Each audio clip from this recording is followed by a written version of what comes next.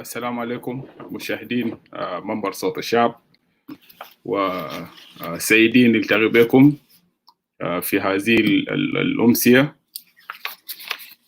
يا ريت تعملوا شير لللايف الناس المشاهدين واللي انضموا لنا.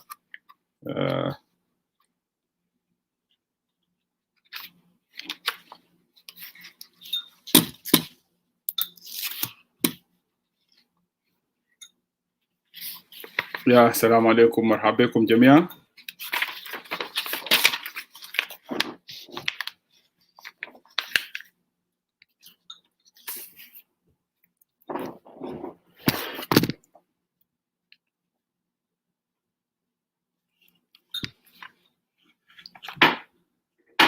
I hope الصوت واضح لكم ناس المشاهدين.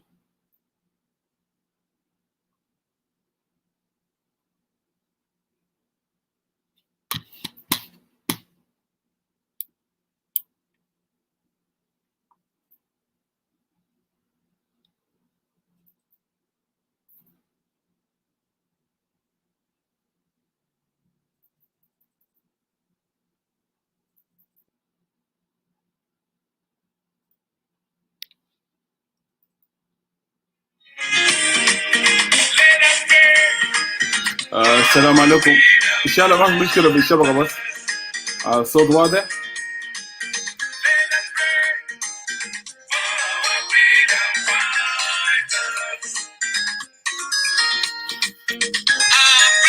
اوكي سابينو بيتر، شكرا جزيلا، ثانك يو. شكرا لكم يا جرمي فامون. مسافر good evening brother. Nyagumo Opal, thank you so much sister, thank you for confirming. ازيك في ترشيل، ازيك يا زول كبير، how are you مولانا؟ ان شاء الله انت كويس.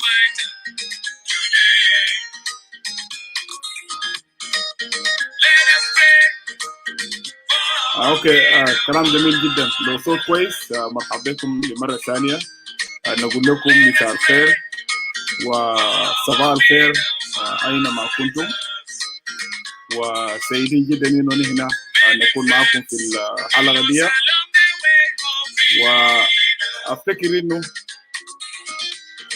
ده هيكون يعني the last episode بتاعت الحلقات حقنا نحن. We started I think 3 weeks ago. We are talking about the political system, the best which is good political system can be implemented in our country, South Sudan. So, كلام جميل مولانا، كلام جميل.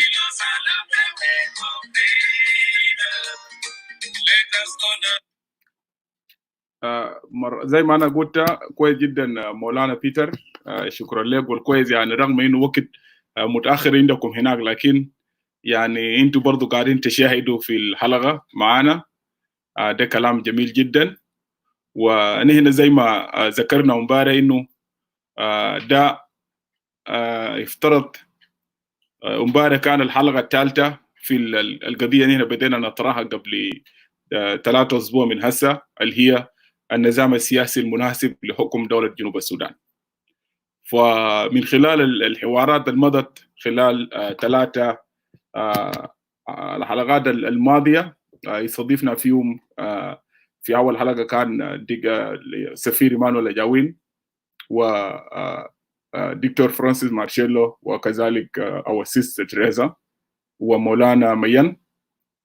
استمرينا وضفنا لهم سيستر كايدي، وأيضا كذلك انضم لنا يوم الأمس دول رجان، وأيضا يفترض كان يكون معنا جوبيك لولا، ولكن للأسباب يعني والله شكرا لك مولانا بيتر، شكرا لك يا شكرا لك. الليله طبعا بنعتبر الحلقه بتاعت الليله هي دايرين يعني خلاصه بتاعت الحلقات اللي نحن عملناها في موضوع بتاع الفدراليه، وهنتكلم منه الفدراليه كيف ممكن يخطوها في الدستور في جنوب السودان، وايضا الدور بتاعت الشباب في جنوب السودان اللي ممكن الناس تلعب الدور اللي ممكن تلعبه في حته بتاعت انه كيف نحن ممكن نطبق النظام الفدرالي في جنوب السودان. هيكون معنا في حلقه تقريبا عندنا سؤالين فقط، ده اللي نحن نناقشه في الحلقه الليله، يعني ما تاخذ 4 ساعات زي ما حلقات اللي هنا اللي قاعدين نعملها في الايام اللي فاتت. في الحلقه دي هيكون معنا السفير ايمانويل اجاوين، هو موجود في استديو. نحن برضه هننتظر مولانا تريزا ينضم لنا، وكذلك مولانا ميان. انا في معلومه انا داير ناكده للمشاهدين قبل ما نحن ينضم لنا الضيوف في الاستديو لعدي ما هم ينضموا. انا داير اكد المعلومه دي قبل ما الناس الضيوف بتاعنا الاساسيين ينضموا في الحلقه في الاستديو. وانتوا لو انتوا لاحظتوا نحن يعني خلال السرد المضت في 3 حلقات الماضيه، لو انتوا لاحظتوا كمشاهدين تركيزنا كان في الاول انه نحن يعني لو هنا درسنا كل الانظمه الموجوده في العالم والنظام السياسي المناسب انه نحن كيف يحكم به جنوب السودان، استفادة من الاخطاء الماضيه والاخطاء يعني التاريخيه والانظمه السياسيه اللي تم تطبيقها في افريقيا. وبرضه نحن اخذنا تجربه بتاعت رجعنا للدوله بتاعت السودان ونظرنا للتجربه بتاعت الانظمه السياسيه اللي طبقت او السياسيه والاداريه اللي طبقت في السودان. وعلى مر التاريخ رجعنا للنظام الفدرالي والنظام الاتحادي والنظام المركزي والنظام اللامركزي كلها وصولا لانه النظام اللي قاعد يحكم به الدوله بتاعت جنوب السودان. اللي انا كل داير اثبته للناس انه زي ما امبارح ثبتناه في الحلقه والمتحدثين كذلك هم اتفقوا كلهم انه النظام المناسب لحكم جنوب السودان هو نظام فدرالي. ربما هنالك بعض ناس في بعض المخاوف او ناس بيشوفوا انه لو طبقت فدراليه ده ممكن يحصل، لكن في بعض المخاوف انا اسعر به. في سؤال واحد الليله نحاول نطرحه للمتحدثين للدكتور مولانا ايمانويل اجاوين سوري، وكذلك مولانا ميان دengdit، وايضا مولانا سيستر تريزا. لو ناس رجعتوا للتاريخ انا امبارح طبعا اتكلمنا عن انه 200 تم تطبيق تم تقديم الاطروحه بتاعت في النظام الفدرالي في جنوب السودان.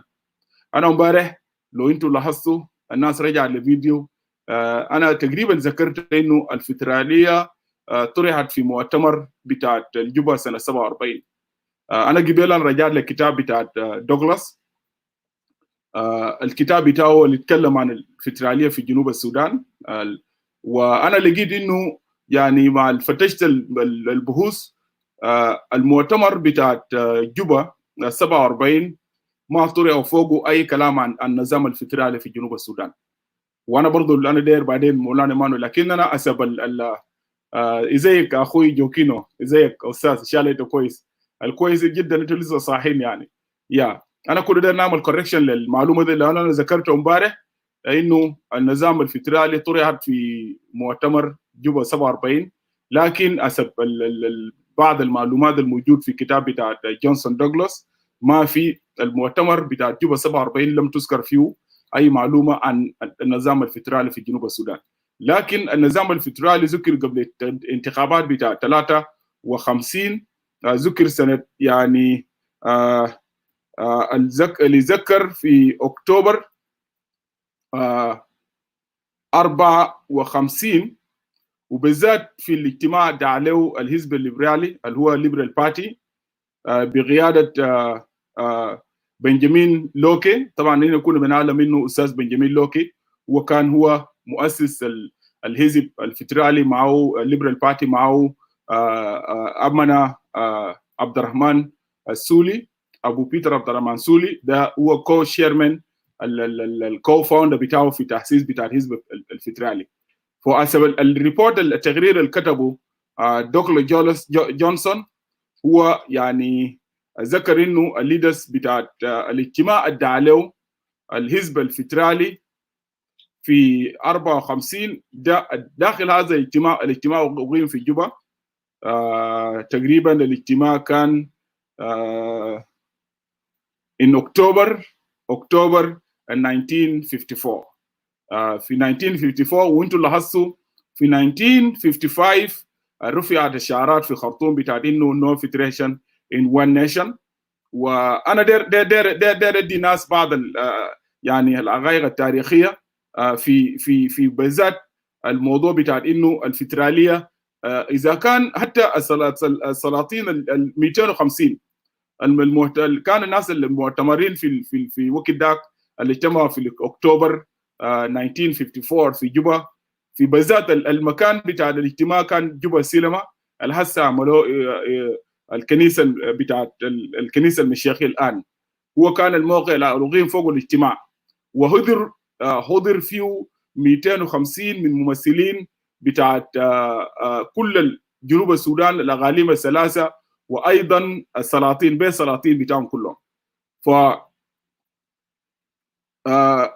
الرئيس بتاع الحزب زي ما انا ذكرنا بنجامين لوكي، president of the Liberal Party، وعندنا عبد الرحمن سولي the chairman of the Juba branch، عندك بوز ديو in the House of Representatives، and the senators Paul Logali Wane from Equatoria and Stanislaus Pesiama from Bari Ghazal. ديل طبعا الليدرز كان وقت داك بتاع الليبرال بارتي. They were the one who organized the first ever pan-South Sudanese Africans conference held in Juba Cinema now and in Episcopal Church in October 1954.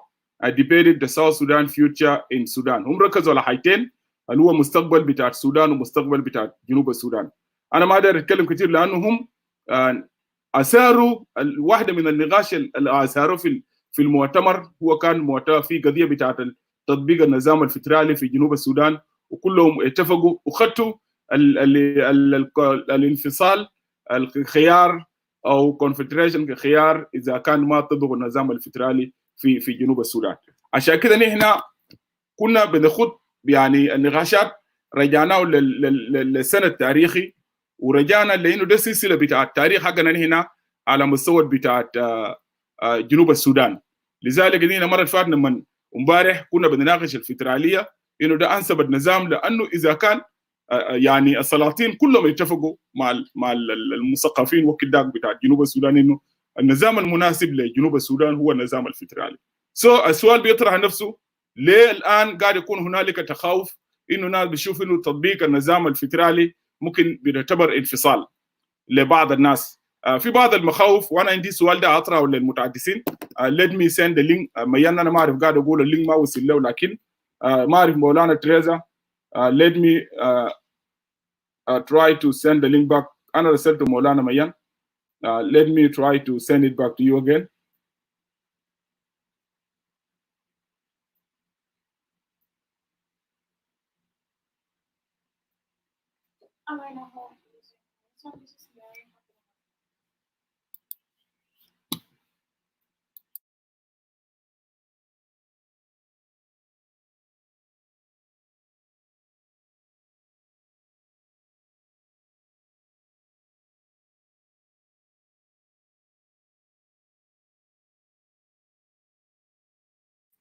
انا رسلت لك اللينك مولانا ميان.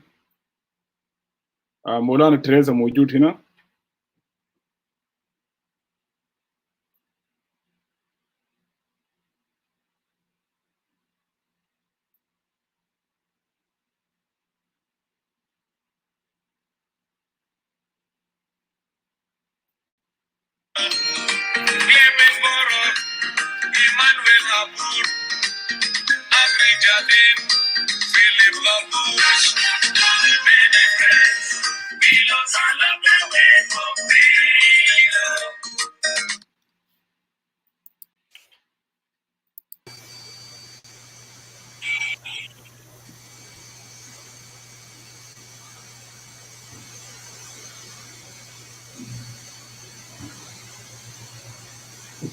What's going on? So, Huh?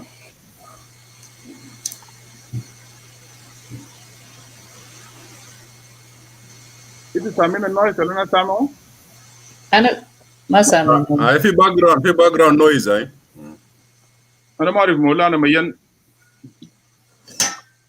ميان؟ ميان أنت سامعني؟ I cannot see you. Can you drop me? Yeah, let me drop you and try to come back again. Okay. خلينا نرحب بك ومرحبا بك مولانا إيمانويل ومرحبا بك مولانا تريزا. مرحبا باشمهندس إدوارد. إن شاء الله أنتم كويسين. والله كويسين الحمد لله. أنت أخبارك شنو؟ والله الحمد لله يا أخي. كمان خلينا ندي الفرصة دي كمان نحيي ونسلم للمشاهدين بتاعنا. نعم. Yes.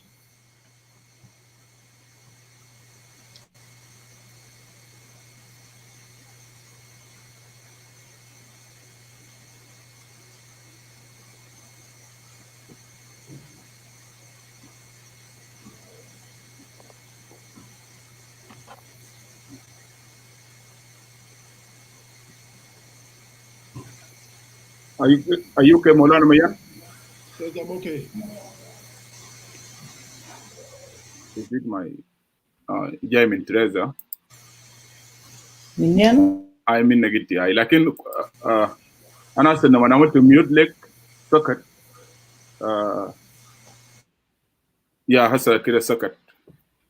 So خلينا نرحب بكم في المنبر صوت الشعب كضيوف بتاعنا الليله في الحلقه. وانا بشكركم انه نحن يعني قبلتوا انه للمره الرابعه الليله في شغل حوار مستمر انه نحن ثانيه نكون موجودين كلنا مع بعض في الاستديو مع بعض المتحدثين. عندنا اخونا كايدي وكذلك دكتور فرانسيس. زي ما انتم شايفين اننا عدد كبير جدا من يعني من الشباب مثقفين في جنوب السودان لهسه هم لسه يعني ناس مولانا شويل كله ما ناموا وناس كتير في نيروبي برضه they were waiting للحلقه بتاعت الليله انه because هم بيشوفوا انه واحده من المشاكل اللي قاعده تعيشها الدوله بتاعت جنوب السودان اللي هي محتاجه لانه ناس تقدم لها حلول. ولذلك مناقشتنا للقضيه بتاعت الفدراليه كان نقاش منطقي نقاش موضوعي. والليله نحن زي ما ذكرنا امبارح we have two questions اللي هو how do we draft a permanent constitution that establish the true federalism in South Sudan. ده بتكون the first question. The second question اللي هنا ماشيين to answer is how do we create a strong economy through our federalism system and create opportunities for youth employment and a strong economy in East Africa region. أنا بدي أديكم فرص في يعني تسلموا على المشاهدين، لكن قبل ما نحن نجاوب على الحلقة على السؤالين في أنا مبارر راجعت التعليقات بتاعت المشاهدين وبرضو يعني for the first time أنا نرجع ونراجع كل التعليقات بتاع الناس اللي شاهدوا الناس اللي كتبوا، وفي بعض المخاوف بتاعت الناس هم ذكروها في خلال التعليقات. فقبل ما نديكم فرصة أنا في واحد من الحاجات لفظ انتباهي كconclusion بتاعي في الدiscussion أو في comment بتاع الناس امبارح and I need to ask that question so we can answer it. وبعد ده هنا ممكن نمشي we go to the today topic. So let's start with Maulana Emmnuel. Thank you, Bajmohandes Edward.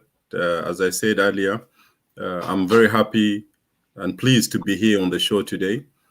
This is our third round of the discussion. And so far, the discussions have been very informative, very educative to many of us. Therefore, we hope that today's discussion also will add into the wealth of information that we have shared with you and also with the audience. I think the topic is pertinent and the topic also is timely. Thank you. شكرا مولانا تريزا. اولا دار احيي كل الضيوف اللي معنا في الاستوديو، الاخوه مولانا مين ومولانا ايمانويل اجاوين وباشمهندس ادوارد بشكرك برضو للاستضافة مرة أخرى، ودار أحيي كل المشاهدين. دار أقول لهم بأنه حضوركم دائما بيجمل الحلقة، لأنه انتوا القوة بتدونا الدفع إنه إحنا نتواصل عشان كيف إحنا نجد حلول لمشاكل اللي بتواجه بلدنا. شكرا جزيلا. شكرا مولانا تريزا. مولانا ميان. Thank you, Bajmandis. Greetings to Maulana Ajawin, Maulana Tereza, and to the viewers.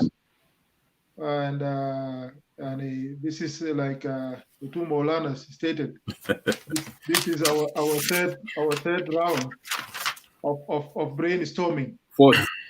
This is our fourth round of brainstorming about this important topic of federalism, the structures within, and how now we are moving to the constitutional elements of it. How can we arrive at a constitution that respects or devolves real powers to the peripheries or to the lower levels of government? This is really an important topic that has not been given ample time by the parties to the agreement. So at least we may start here, and probably they may also continue on their other track. Thank you so much, and let's hope that we will have another fruitful discussion today. Thank you. Thank you very much مولانا ميان. شكرا لكم جزيلا. وزي ما كتب واحد بشوية زول اللي اسمه أموري فجوك يرايد a very nice comment إنه موضوع مهم وبتحتاج لتحليل سياسي بعيدا عن خلفياتكم تنظيمية أو كمعارضة. Thank you very much for acknowledging that. لأنه القضية أصلا الترانة وقضية بتاعت فدرالية هي قضية is morely scientifically more than إنه يعني عنده علاقة بمواقفنا السياسية، وبتحتاج للنقاش زي ما الطريقة اللي هنا مشينا به قبل كم يوم بعيدا عن إنه منو بينتمي لوين وده بينتمي لوين. قبل ما أنا نخش في التوبيك بتاعنا، السؤال اللي رطراو ده أنا يعني استنبطته من خلال بتاع تعليقات امبارح بتاعت الناس المشاهدين والناس الكاتبين. وانا بالنسبه لي كإدوارد it's not easy for بالنسبه لنا كلنا انه هنا نتجاوز هذا السؤال او نتجاوز هذا this concern without actually giving a stop in it. So لذلك اطرح عليكم الثلاثه، وانا اتمنى انه السؤال ده ان احنا نجاوب بكل جراحه، لانه ده واحد من المشاكل الموجوده في جنوب السودان والقاعد يواجه جنوب السودان. انتوا الناس لو تابعوا امبارح في خلال الحلقه بتاعت امبارح، انا راجعت الحلقه، معظم التعليقات امبارح ومخاوف بتاع التطبيق الفدراليه الناس اللي كتبوا كلهم ابناء دينكا. Let be frankly with you كسبيكرز وللناس المشاهدين بتاعت منبر، لانه انا هنا what we need في جنوب السودان انه to find a solution. انا من خلال التعليقات كلها امبارح في الحلقه بتاعت امبارح، وانا امبارح برضه عشيرت الناس مكير، لقيت انه ابناء بتاع دينكا في جنوب السودان اللي امبارح بيكتبوا بيتخوفوا انه الفدراليه الناس قاعده تتكلم عنه ده هسه هو بيقول اللي قدام انه تمنع او تضيق من تحركاتهم في جنوب السودان من بعض المناطق بتاعت القبائل الثانيه، مثلا زي مناطق بتاع الاستوائيه وبعض المناطق الثانيه اللي اصلا ما موجود فيه ابناء دينكا بيس اون الحاجات اللي قاعد يحصل في ذا سيتويشن الموجود. انا برضه امبارح اتكلمت مع بعض منهم برضه، وانا يعني الناس ما قدرت تطرح الكونسيرن in very direct way، لكن قلت اوكي I will take the initiative كمدير بتاعت المنبر وكمدير بتاعت فورم انه this question we need to bring it، نجيب السؤال ده في المنبر، وكذلك مولانا مانويل بيكون موجود، مولانا ميان بيكون موجود، مولانا تريزا بيكون موجود، ونحن نجاوب على السؤال. جنوب السودان هي ملك بالنسبه لنا كلنا. السؤال بتاعي مثلا لو انتم لاحظتوا، هل هذا الخوف الان لماذا يا سوري لماذا يتخوف ابناء دينكا في جنوب السودان انه الفدراليه الان اللي بنطرحه تقول انه تضيق من تحركاتهم في جنوب السودان او تكون استهداف لهم على مستوى بتاع جنوب السودان، ويمنعهم انهم قدام ما يكون عندهم حق بتاع التمليك بتاع اراضي وبتاع المواطنه في مدن بتاع جنوب السودان.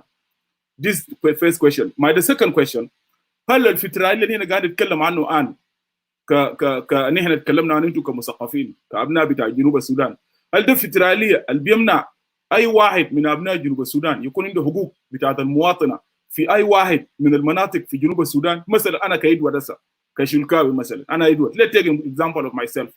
هل الفترة اللي أنا قاعد أتكلم عنه لأنه أنا اتكلمت عنه بيختلف مع المخاوف بتاعت ناس.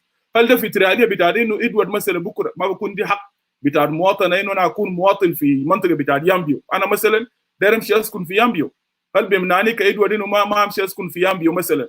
وهل مثلا انا لو مشيت سكنت في يامبيو بيمنع انه يا اخي I want to stay there forever؟ بيمنعني انه انا مثلا يكون دي حق بتاع التمليك بتاع الوطاء، ومثلا انا مثلا ممكن انا اشارك في الانتخابات في المنطقه ده ولا ما بيمنع؟ We need to put this one clearly للجنوبيين عشان we will not make a mistake في المستقبل. This is concern I bring it but to be honest.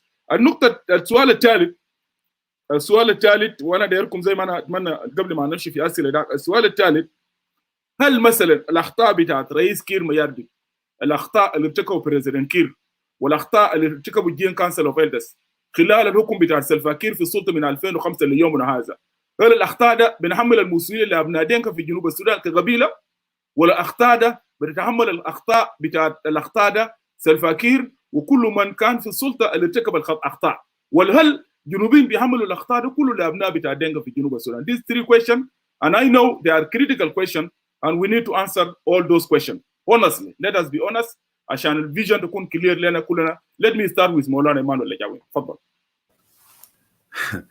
Thank you باشمهندس إدوارد.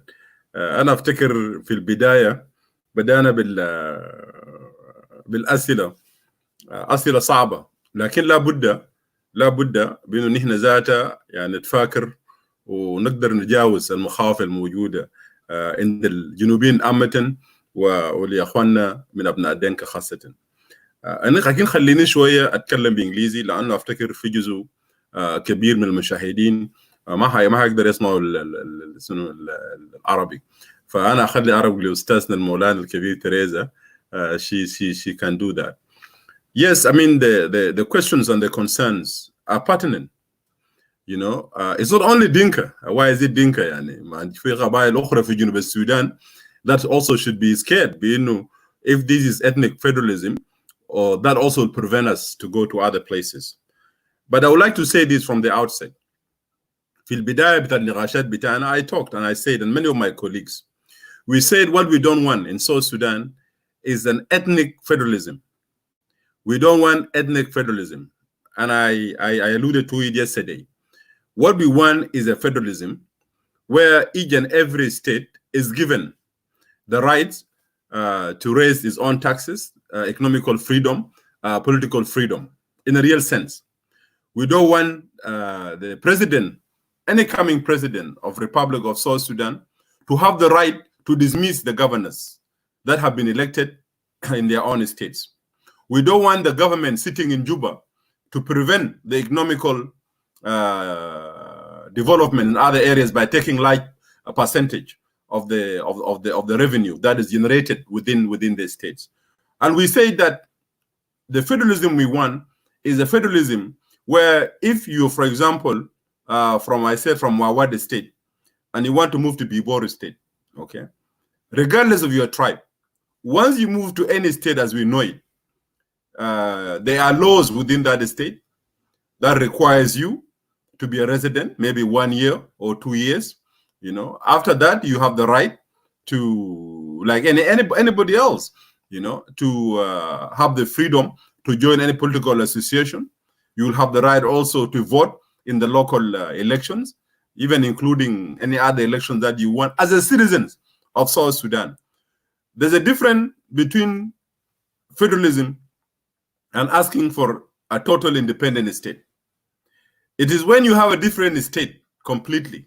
بين عندك دولتين مختلفتين then ممكن تقول والله انت من دولة الاي ما بتقدر تخش من دولة بتاعي الا يكون لك باسبور.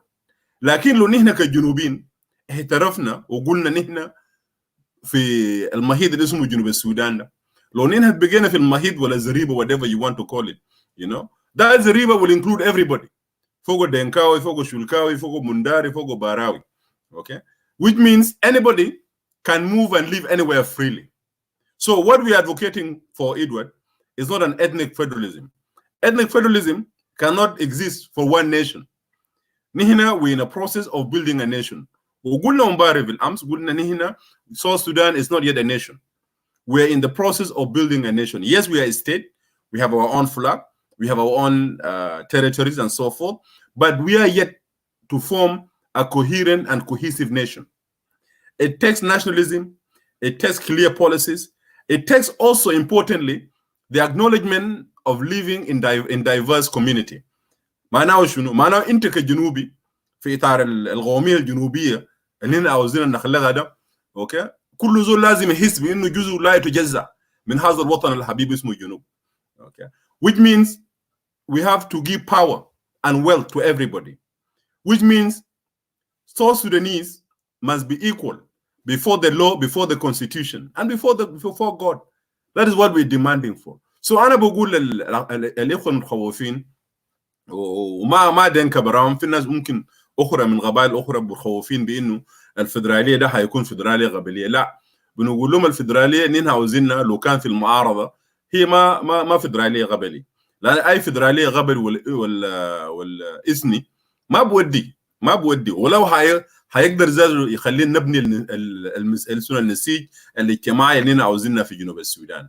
فالفدرالية هي بس عبارة عن فصل بين السلطات والثروات وتديها للأقاليم. ده الفدرالية اللي عاوزينها. As to regard to question number 3, I don't even want to go to question number 3 together. ولا نخلي بس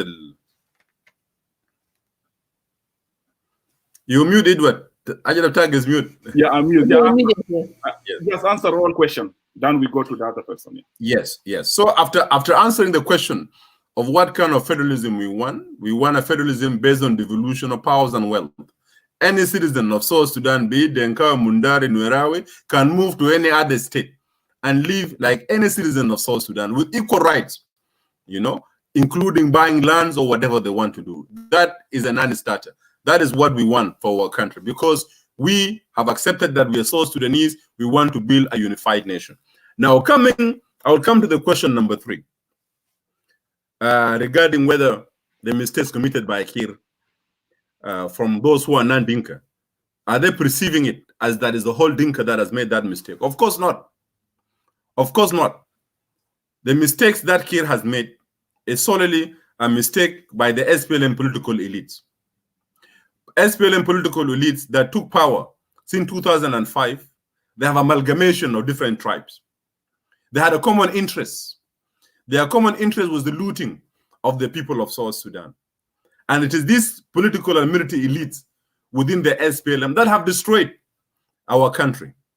But to some extent also within the play, because SPLM as a political organ does not exist.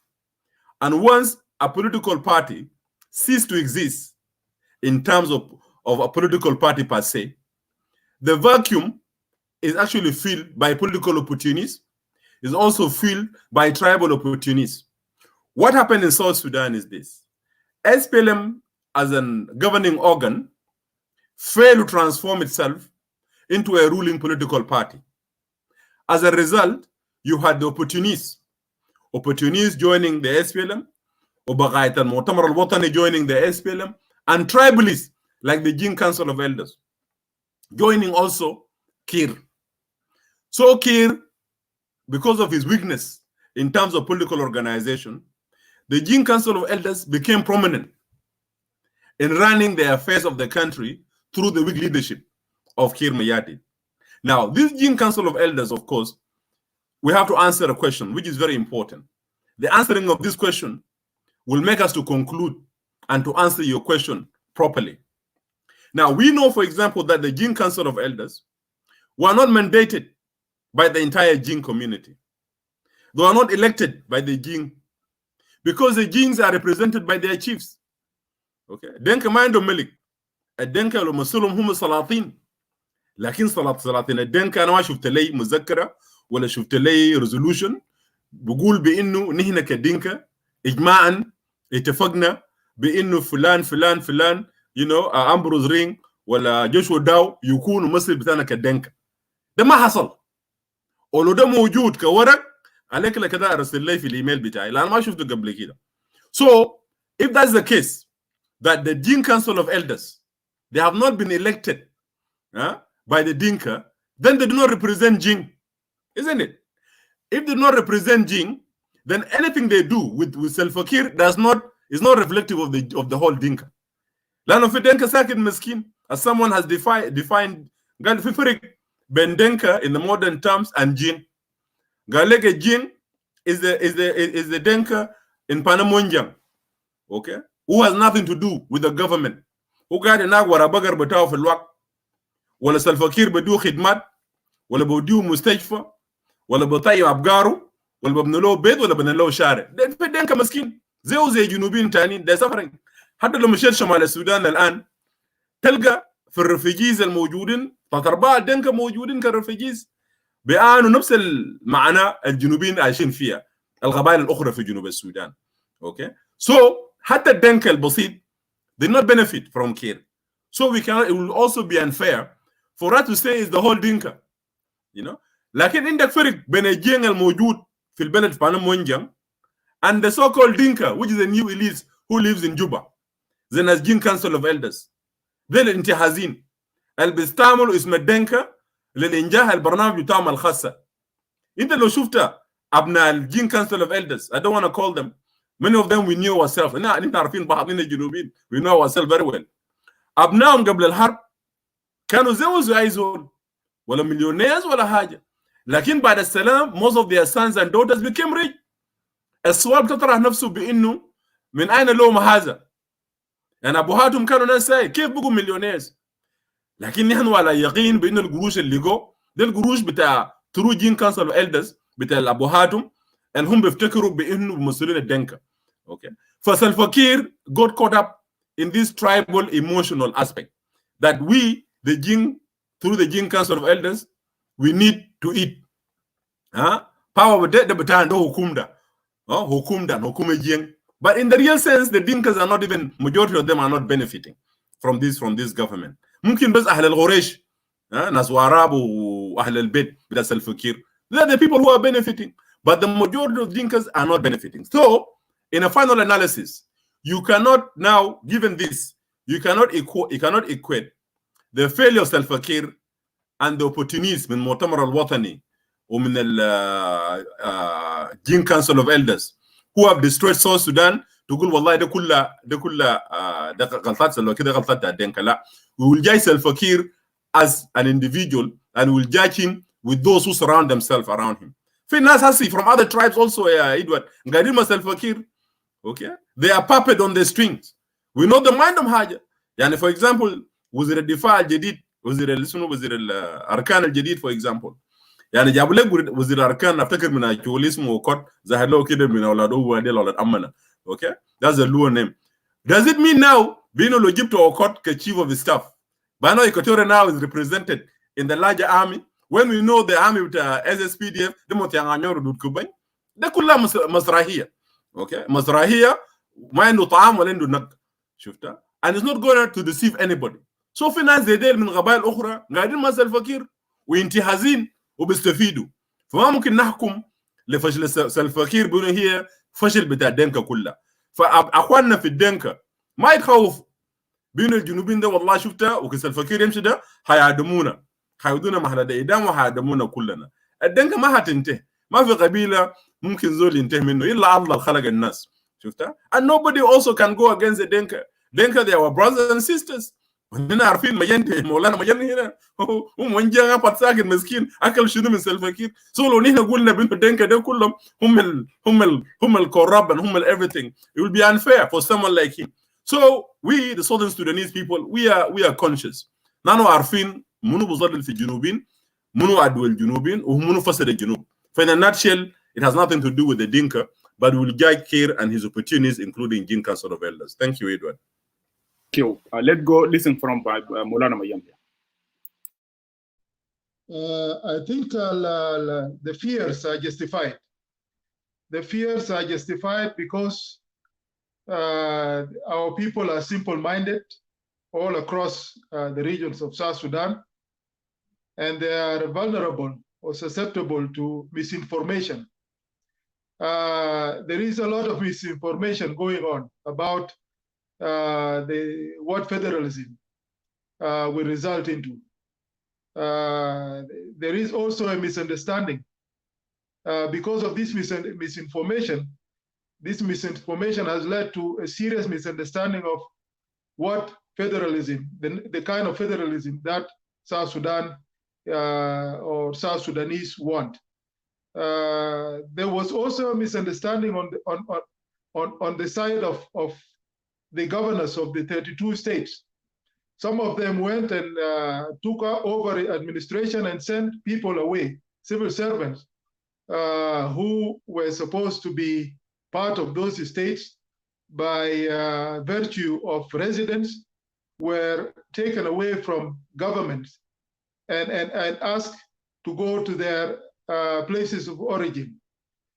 So even going far into our history, the experience of Kokora.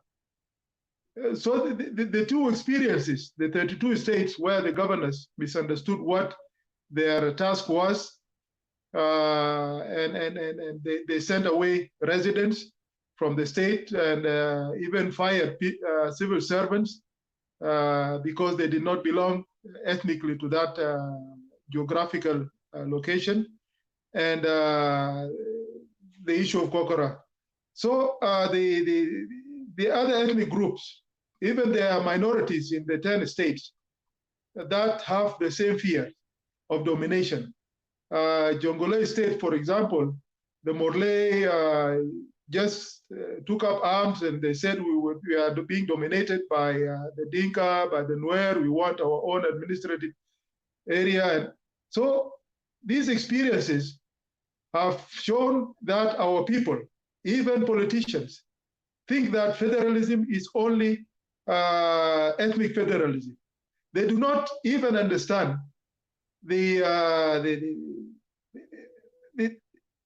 what territorial federalism is. They do not understand the value of citizenship in territorial federalism.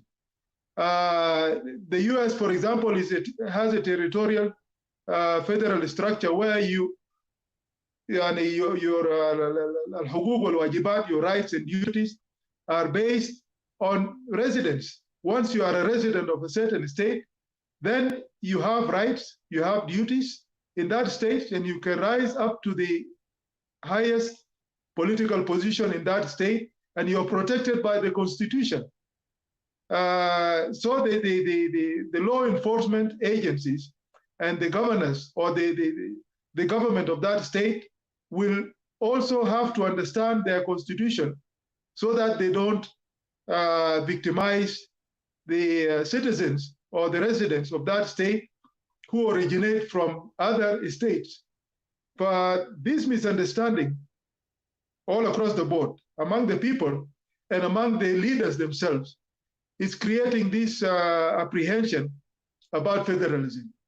That is why it's good to go on a charm offensive for federalism. What we are doing right now, and the Ministry of Federal Affairs is also doing a commendable job there to allay these fears. So we cannot blame somebody who is afraid of a ghost until we convince them that the ghost does not exist. So it is on the side of and it is our duty, who are the people who understand the kind of federalism that we want. This is territorial federalism, to actually explain it properly to the people before they accept it themselves. I'm sure once these people understand that the kind of federalism that we want is territorial, it is administrative in nature, it is citizenship based, it is residence based. Once they understand this, they will not fear it. So they are afraid of this animal because they don't know what it is. So I think that the fear and what type of federalism, question 1, question 2, relate to each other. Question 3, does President Kiir represent the Dinka Of course, ethnically, yes, he's a Dinka ethnically. But should the Dinka carry the cross of Juba, where President Kiir is a president? Absolutely not. The Juba should carry its own cross. And Juba is President Kiir, his vice presidents, and whoever is involved in running the government with all their ethnicities. So Juba is not President Kiir, even though President Kiir is the president of the country, and he is responsible solely for the failures of the central government, for the atrocities of the central government. But his head is Dinka, but his hands are not Dinka. So let us condemn the whole body, the Juba regime, as a body consisting of different operators, different agencies. So the Dinka should not carry that cross, because economic failure in South Sudan has affected even the Dinka themselves. We do not have vaccination for our cows. Malaria is killing our kids. We don't have hospitals. We don't have schools. We don't have clean drinking water, just like any other South Sudanese. Why should some people think that the Dinka should carry the cross of President Kiir? Because he has been using divide and rule. And divide and rule, and he has sided with the Dinka. He has sided with the Dinka and used militias from the Dinka to fight other militias, which are also tribal. You know, we have this Matianganyor and Durkupany and Agwelek and Cobra and Usul Bar Ghazal and the Arrow Boys. All these militias are regional in nature and are tribal in nature. So Kiir is using one, and he happens to be in power. If it was Johnson Olany who was in Juba using Agwelek, people will say it is Shuluk, even though Agwelek does not represent the Shuluk. If it was Zande in Juba using Arrow Boys, people would say it is the Zande killing us, because the Arrow Boys would be mostly, even though the simple Zande in the village would be just staying there, not knowing what is happening, except through crying for the kids that are being conscripted by the armies that are sent to those regions. So in a nutshell, we have been talking for the last 3 days about territorial federalism. We will hammer it until it sinks into the minds of our people at the grassroots level. Nobody should carry the cross of Juba, no matter of who is in Juba. Let us look at Juba as a unit of criminals, a unit of failures, or a unit consisting of different tribes. I think these are the answers for the three questions. Yeah, thank you, Maulana Mayen and Ambassador Emmnuel. أنا قبل ما أدي تريزا أنا في حاجة دير نوضحه بعدك we give chance to our sister Tereza. انتوا لاحظتوا للنقاشات للكونكشن الماشي تحت. امباسادور ايمانويل اشار لنقطه مهمه قبل اللي هي واشار له تقريبا، انا لو اتذكر كان في امبارح ولا شيء قبل الفات، انه المخاوف بتاع الفدراليه في الجنوب مش يفترض الدينكا هم يخافوا، مش يفترض يكون الدينكا، لانه دينكا عندما مناطق بتاعها قاعدين فيها في ولايات دينكا بيور. And let us be honest, and النقطة دي عشان كده قبل سألتكم إنه we need to put it very clear without any this unknown color black and white. It should be go to South Sudan is very clear. لو في خوف من تطبيق فدرالية في جنوب السودان ما دينكا كقبيلة يفترض يخاف. ما نقعد جنوبين خلونا نكون واضحين في النقطة دي. وأنا سألت لكم السؤال ده قبل we need to answer this question we are honest. ليه؟ لأن أنتوا لو شفتوا الكتابات حتى المثقفين بتاع دينكا ناتوج جاوا بيكتبوا تحت بيقولوا إنه التطبيق بتاع فدرالية ده كوكرة نمرة 2. We're supposed to ask ourselves as Junubin is that those are intellectual. Let us be honest. وقبل شوية مولانا إيمانويل قال برضه سأل سؤال إنه أنا ما شفت اليوم statement طلع من دينكا قالوا إنه ناس الجين كانسل ما حقنا. لكن برضه the question will go out to the دينكا. إذا كان جين كانسل ما كان قاعد يمثلكم, why you didn't come out with a statement? You know, those people they are not presenting us. And you observe, all of us we observe. Since we start discussion, those are depending Jien Council of Elders, they are the son of Jien. So, and we knew this, all of us, Junubin. عشان كده لو بقى في مخاوف في جنوب السودان بتاع تطبيق فدراليه، ما دينكا يفترض يخاف من تطبيق بتاع فدراليه، لانه دينكا عندها ولايات بتاعتها كامله ما في اي ضبابيه. يفترض انواع يخاف من تطبيق بتاع فدراليه، لانه انواع قاعد في مناطق مع ماجورتي بتاعت نوير. لو في قبيله ممكن يخاف في الجنوب، let us be honest, put it clear للجنوبيين. لو في زول ممكن قبيله يخاف في جنوب السودان انه they are fear implementing the federal system، ده انواع. ده قبيله بتاع نيه مثلا، نيه في مناطق بتاعت الجنجوليه ديل، because كان قاعدين وسط امورله they are minority. لا بصمهم في فشلها وجزء ثاني في yes. and addition to that مثلا ناس معبان وناس برون، برون مجموعات صغيره في على النيل كويس، في ظل الوجود بتاع دينكا وشلوك ونوير ديل بروح في نص كويس في الصراع بتاع هيمنه. لانه لو مشينا برانا الناس دي ما في حكومه قويه، لانه الفدراليه بالمرتبط بالحكومات القويه اللي بتيجي من المركز، انه انت بتجيب قيادات عندها وعي سياسي انه كيف انه يحلوا مشاكل بتاعت المشاكل بتاعت المواطنين في ولايه. النقطه ده يفترض we need to put it clear لنا كلنا كجنوبيين. في سؤال بقول شويه طلعت هنا مثلا ناس، انا في some question انا عملت short screen and I will ask the speakers before we move to the topic. انه مثلا يعني مثلا انت بتاع انه الناس تربط الكوكرا بفدراليه، كوكرا ده كان رد فعل جنوبيين. لين هنا ما قاعدين نقول الحقيقه، الكوكرا ده كان رد فعل بتاع سلوكيات وممارسات بتاع الحكومه بتاع الليل في جوبا. نفس السلوك هسه النظام بتاع الفقير قاعد يعملوا. if we did not pay attention بيجيب كوكرا too. Also Edward, كوكرا ما كان ضد براو. Yes. يعني شلوك وغبائل اخرى مش من جوبا، يعني ما دنكا براو كوكرا كان ضد. Yeah. So why Denka they need to take it انه مثلا هم يوم مقصودين. And this kind of idea we need to بمناسبة to criticize it. And we need to be honest with ourselves عشان we don't fool ourselves. والحصل يا إدوارد. حصل Tereza, take your charge now. Yeah. شكرا anyway. شكرا جزيلا أخوي إدوارد، وأنا بشكرك. وده الطريقة الصحيحة إحنا نناقش الحاجات اللي بيهمنا كجنوبين. That's why when we started yesterday زي ما أنا قلت امبارح بإنه فكرة بتاع إنه إحنا بقينا nation ده ما في. We are still not nation. We are people. Although among us we have some nations.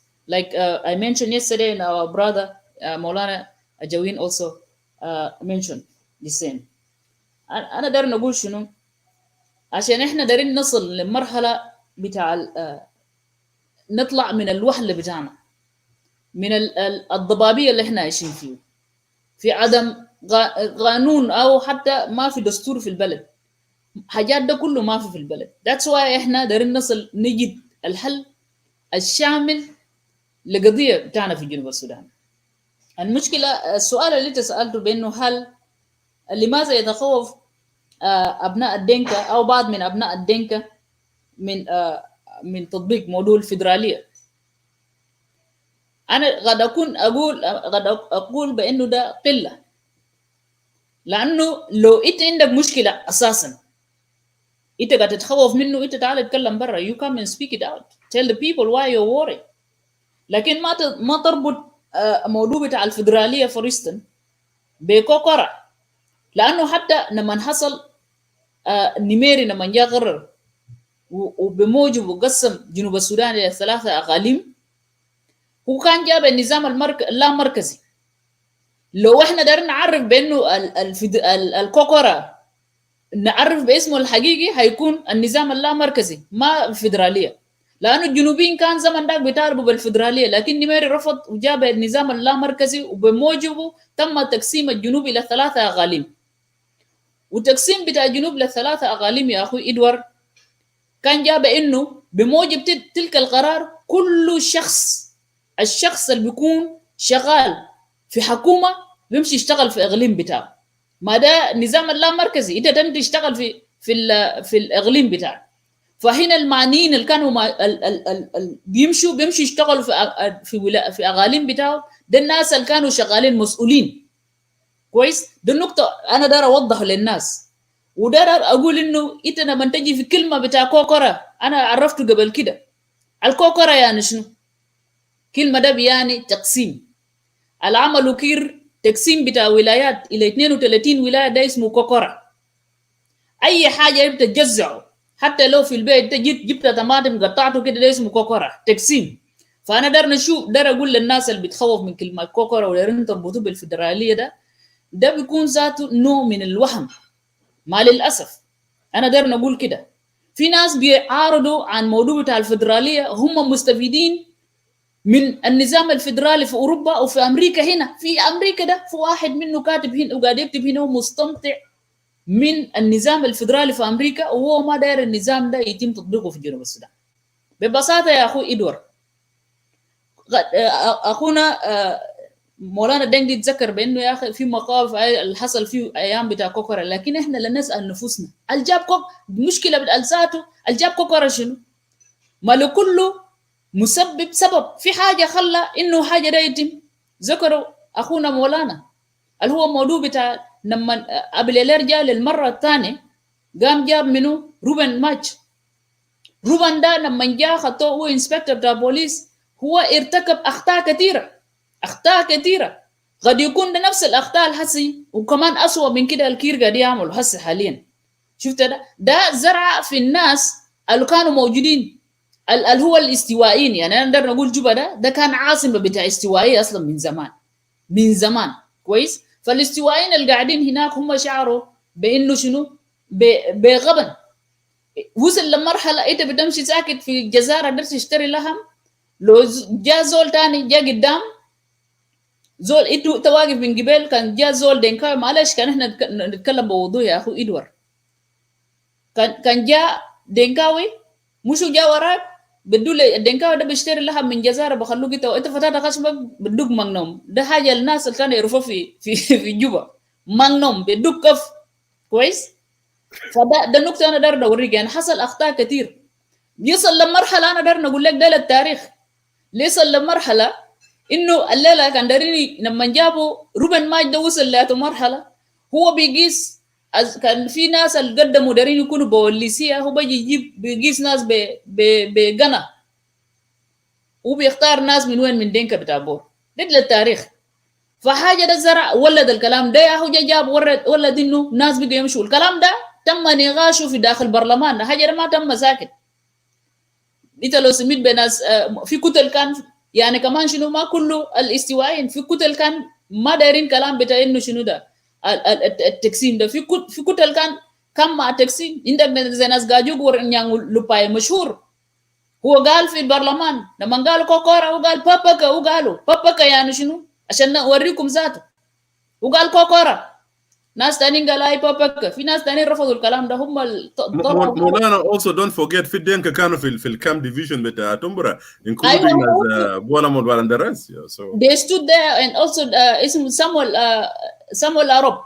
يا سامويل عرب كان وقف بكلام بتاع تقسيم ده. فالليله انت لما تجي you want to crucify only people from certain region وتقدر تربط بانه كوكورا. في ناس ساهموا من دينكا، في ناس من مناطق اخرى ساهموا في موضوع بتاع كوكورا ده. فانا داير نقول انه المخاوف ده يس عندهم الحق انه يتخوفوا، لكن انت لازم تعرف بانه النظام اللي انت قاعد تتكلم عنه ده ما هو نفس النظام اللي احنا قاعدين نتكلم عنه هسه، لانه الفيدراليه ما تم تطبيقه في جنوب السودان ولا في شمال السودان. النظام الجابوني ميري ده كان نظام بتاع النظام اللا مركزي يهو بمجموع تم تقسيم جنوبي للولايات.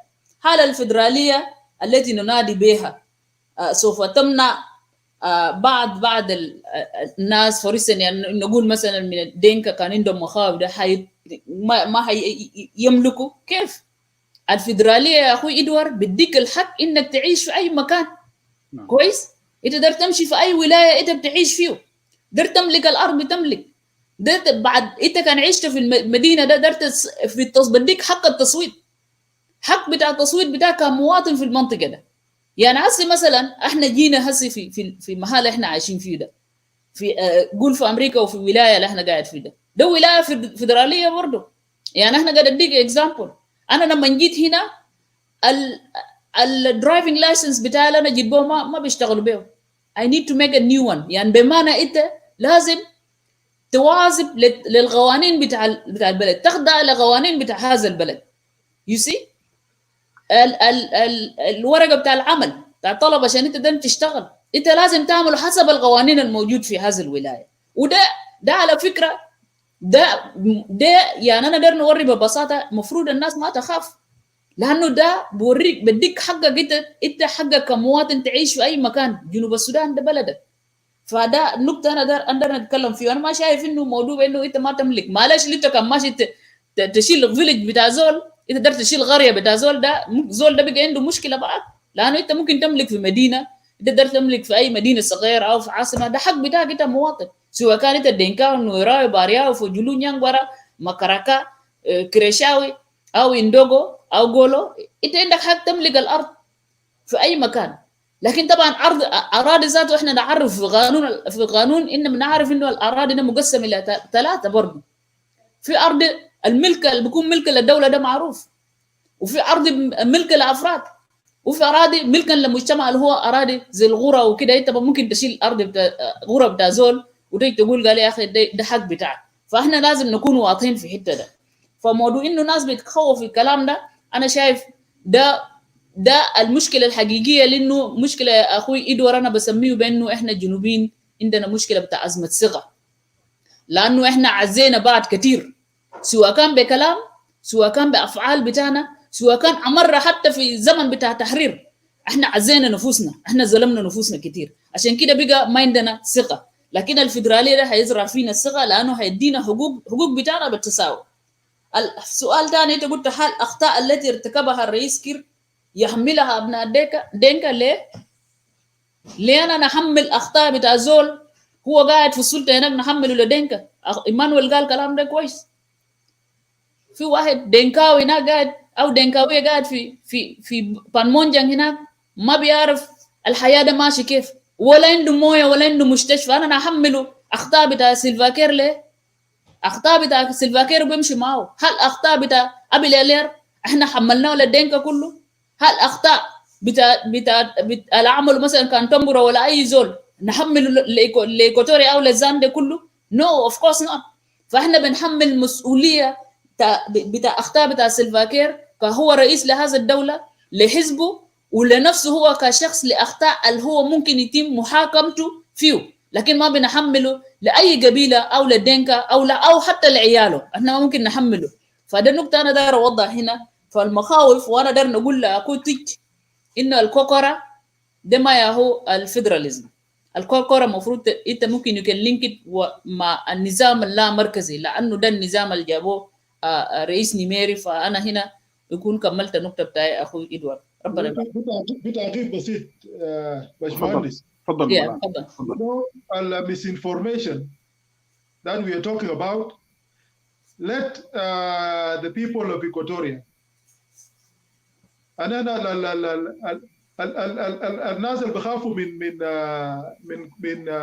federalism ده أنا ناس دينكا جوبا because we think that because the Dinka في Dinka, the national dialogue Machalem. Now The regional national dialogue Machalem, and they said that we are for federalism. The three regions. Exactly.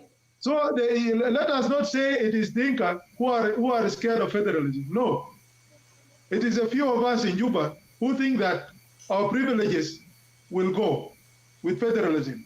Yeah. The second thing. Yeah.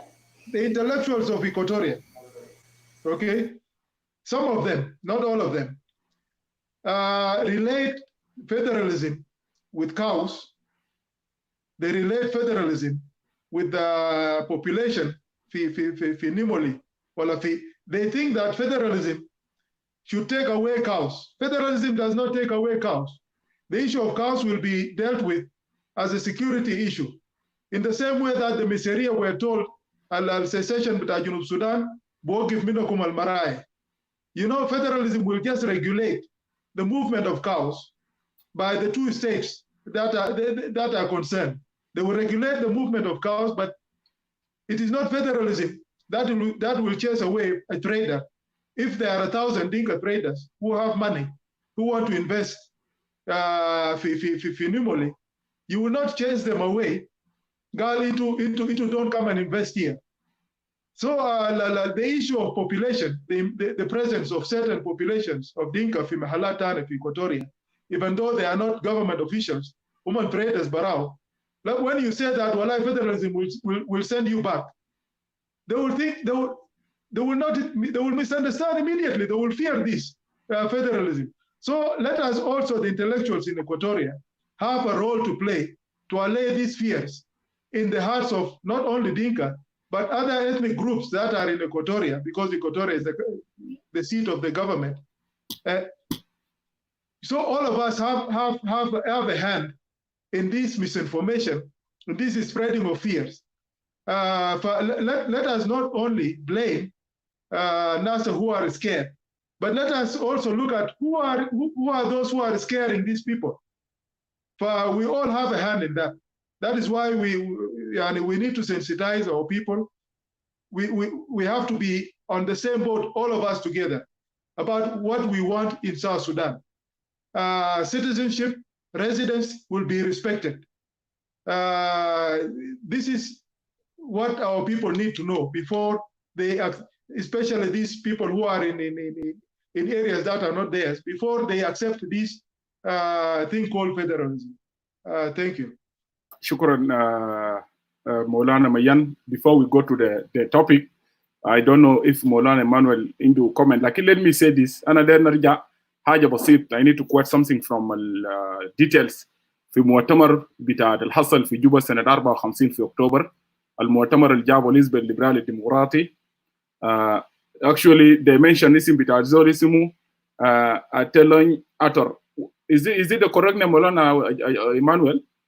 The Uncle Attilo Otor. Oh, Attilo. So Attilion. Da Abu Nas William Attilo. Okay, very good to know that. I should look was from part of the Liberal Party, yes. Yeah, Province was the first to speak in favor of federation, and he was supported by Yona Lomanga, a teacher from Yei. Ana de kulona madero. Ana bas fi kalam dere graw bita boss dio hina shambadak lo inda talim Maulana Maula can give you. Boss dio hina na nas kallamu والناس بتاعت الحزب الناس بتاعت اسماعيل الأساري حزب الاتحاد الديمقراطي بدأ يقولوا إنه federation federalism is separation. So both deal who he responded وقام فوق for responded with this passion هو قام فوق قام قال شنو may I أنا لازم أقرأ الكلام ده للناس المؤتمرين. May I draw your attention, gentlemen, chiefs of all tribes, elders, citizens present in this house.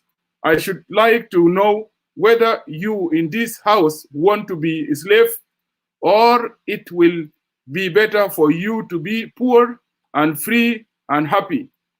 I should like to know whether you understand the meaning of federation as explained to you.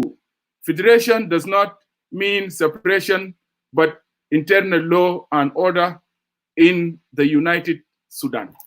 So alana deru wana dere di Maulana Emmnuel lo indak talik akhir لكن دير اقول للجنوبي شنو انه فيدريشن يعني تخيلوا اذا كان ورانكو البوس ديو في اكتوبر شهر 10 سنه 1954 قاعد يشرح للسلاطين بتاع البلد ساكت and they understood at the end of the meeting لو انا قريت like ورا actually ده اللي حتى الجنوبيين هم اجازوا الموضوع بتاع انه هم بيقبلوا جنوب السودان توكم بفدراليه within one Sudan. كويس. الغريبه يعني انه نحن الليله ده يعني شوف يا مولانا ده بعد كم سنه هسه من 54 ليوم الليله في وقت بتاع التكنولوجيا ما كان موجود وقت داك ما في مراجع 65 سنه almost yeah, almost 65 years you know ما في internet ما في شنو they was ready to understood what is the meaning of federalism. So الان ده يقول للجنوبين في federalism it doesn't mean separation. ده تطبيق بتاع القانون مساحه الحريات توزيع بتاع السلطه كل زول you are free to move within South Sudan according to the law. Let us be honest. يعني ما ممكن الليله ده انا في منطقه بتاعي انت ممكن تجيني ببقر بتاعك اوانت ساكت. That will not work. It will not work. يعني it will not work. Let us be honest. We don't deceive ourselves. مولانا ميان Emmnuel Tereza. Let us be honest. أنا هناك في الجنوب we are ما كلنا أنا هنا بنمسك بقر وكده في ناس بتاع الزراعة. ده لازم need to be separated. كان أنت في ولاية بتاع زي هنا في على النيل هنا الناس بتاع البقر ده بيكون قاعد في المحل بتاعه بالرول بتاعه قانون بتاعه فيه. يعني ما بقر بخلوه في ملكان يجي خاشي مدينة ماشي مع عربات في الشارع وماشي مع ناس. That one will not work. So let me give كل 2 minutes of the drama تعليق then we go to the topic. Thank you, Baj Mahandis. I think القضية شائكة جدا. But let me take more than 2 minutes. Okay. لأن أنت أثرت حاجة كده مهم جدا. And it is important because what you have just quoted, the Liberal Party, and I'm sure many Junubin here, they don't even know Liberal Party, they can't, you know. Okay? And the Liberal Party, as you say correctly, and this is the unfortunate aspect of Junubin, yes. We don't give histories on credit. كانوا تاريخ الجنوب ده بدأ بسنة 83 بدكتور جون جارن ولا كربينو كوانينو ويليام نيون. No, تاريخ الجنوب بدأ قباله. The Liberal Party was the first ever South Sudanese political party to be formed in 1951. سنة 51. This is when the Liberal Party was formed. It was led by the gentleman that you have mentioned. It was led by Santalas Payam. You had Uncle Boddio, and you had Uncle Abdurrahman Sule. Yeah. Okay. Abdurrahman Sule, although people say he was a Muslim, he was the most it was the loudest voice on separation of South Sudan. So you could see that Liberal Party, when it was formed, it was a nationalistic political party that consisted from people from Baragazal, Upper Nile, and Equatoria. And Uncle Attilo, you know, when he raised the issue of federalism, it was adopted by he proposed it and adopted as the policy of the Liberal Party in that conference in 1954 in Juba.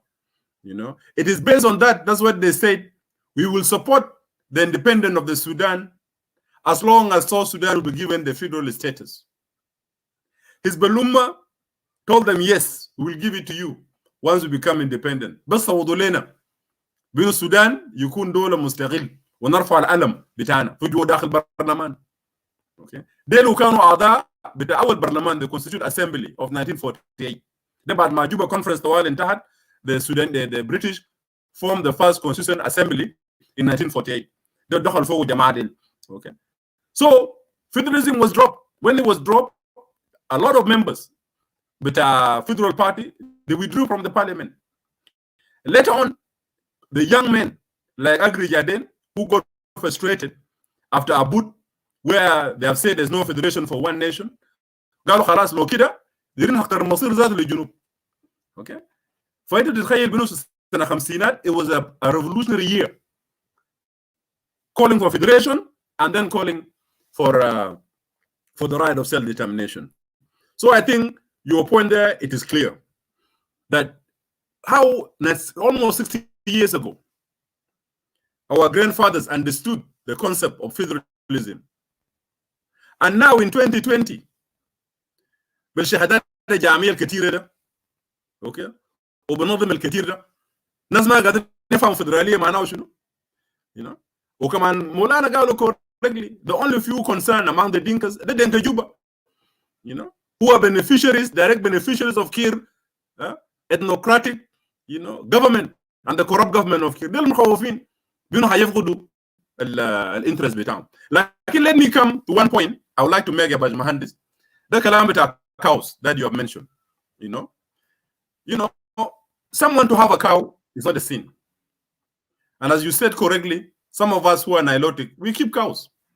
You know, but what we are saying is this. Yes, this man who's coming from Bor, who's coming from anywhere with his cows in Equatoria, they need to be told that the people of Equatoria, they have a different culture from us, the so-called Nilotic. You know, the pride that we have in our cows back home, we sing for them, we dance, we call our names with cows. It's not the same with the people of Equatoria. But what is needed from our government to stop this invasion of cows, that's my opinion, there's a need for our government to start transferring the cows that we have into an economical value. Okay? Economical value. دخل الاقتصاد بتاع البقر ده في الاقتصاد العام بتاع البلد. معناه شنو؟ معناه بانه الرواع today, the Nilotics, who are owning thousands of cattle, they should be the rich communities. Not only that, they should be the people who are advocating for federation. What? They should be the one advocating for federation. لأنه الثروة الحيوانية اللي عندهم ده لو خدته, if it's transferred into economical value and put into the industry in South Sudan, they will be the richest among the richest people in South Sudan. إذا لو مشيت الدنكا لو مشيت للنوير ولا توبوسا ولا مرلة تلقى زول 3000 ولا 2000 بقر. Okay, that is wealth, you know. So what is needed, rather than going the ancient time, بتاع أجدادنا نمشي ورا بقر ونمشي مسافر. وقلت قبل كده some of us had the chance, you know, to herd cows. You know, we go for miles. ممكن تمشي 3 ساعات عشان توديه للمراي بتاعه عشان بقر يلقى له قش. It takes on another 3 hours to bring it back. So البقراية في يوم it works a distance of 6 hours. And the value of the grass that we used for them to eat is not even that nutritious. By the time that our cows come home, اللبن ده فضل بسيط. Okay, even the calf بتاعه جناو ده ما بلقى اللبن كفاية. Okay, لأنه نحن زار بنكابس معه. We call it nang, you know. So after you milk the cow, you also milk for yourself, you know. So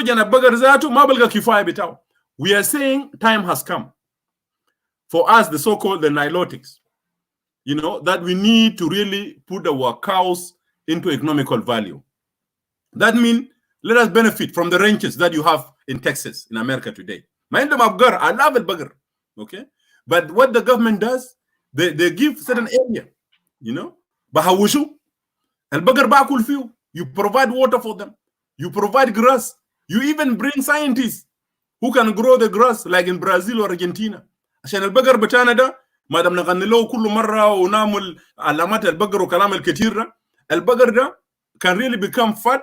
We can benefit from the meat بتاعه. We can also benefit from the milk. So what do? You will open factories in the greater Barghazal. هيكون ده صلاحانات. You have the butcher houses, you know, for this cow. That will create employment. You open مطار دولي في رومبك ولا في جنجلة, so that you could be able to transport that meat from this cattle to Middle East, to East Africa community. ده براو بيجيب كم قروش. Okay, بيجيب كم employment للأهل الموجودين في المناطق ديل. القرون تاع البقر, as I said before, قرون بقر ده we make the buttons with it. Button ده معمول من قرون تاع بقر. وكرة بقر كمان the same thing. We all bring this and transfer it into economical value. We make factories, you know, even with Asia. So the people who will be demanding for federation, unless هيكون مخوفين الفederation ده هيكون استوائية, هيقول والله شو الناس البقر ربي وغنيانين مننا, you know, it's not fair on us. But Equatorial also has its own resources. So nobody should be afraid, you know, from federalism. What is needed is just طايوق صغير بس, ناس يشغلوا طايوق بتاعهم. جنوب السودان ده مليان ثروات. الله ده أداؤه كتير, more than anything can expect it. لكن الانفورشنت بارت بانه لقينا ناس دروب اوت السكولز هم الحاكميننا وناس ما عندهم تعيق. عشان كده people think بانه there's no solution, is hopeless. But I believe what is needed is our Nilotic. They need to be told by their leaders. يا جماعه ابقار نحن رجال البلد بتاعنا, بنشوف لكم توج, بنجيب لكم مويه. Okay, we'll even improve your grass. There's no need to bring بقر تاكم للاستوائيه, and all of us will live comfortable in University Sudan. Thank you, Baj Mahandis. Thank you, Maulana. You well answered the question, actually, and well articulated about the moving of cows. Let's give Maulana Mayen, then we go to our sister. I think the link between cows and federalism is what Maulana Ajawin said. It is administrative, because the federal government has a responsibility over natural resources, including livestock, agriculture. And if the federal government is well-oriented or has that capacity to use these natural resources to transform that to the wealth of the states, then the issue of cows will be solved. But there is, the other aspect is a national security issue. You know, no matter what we say here, cows are like bank accounts. Bank accounts cannot be, you cannot put your money in a war zone. You will always look for a peaceful place. So this insecurity itself in Jongule and creates fear among the owners of this wealth, because wealth, whether it is money or cows or goats, wealth, anybody who is wealthy will keep his wealth in a safe place. The safer place is Central Equatoria, for example. And this is bringing a conflict with the farmers of Central Equatoria who are providing food, with the farmers of Western Barghazal who are providing food. My cousin Krikuju is talking about Bafra, Urshal Bafra, you eat it, you make Marisa Minu, you takul Minu. So it is also almost like a cow, those communities. But it has two dimensions. The issue is the capacity of the central of the state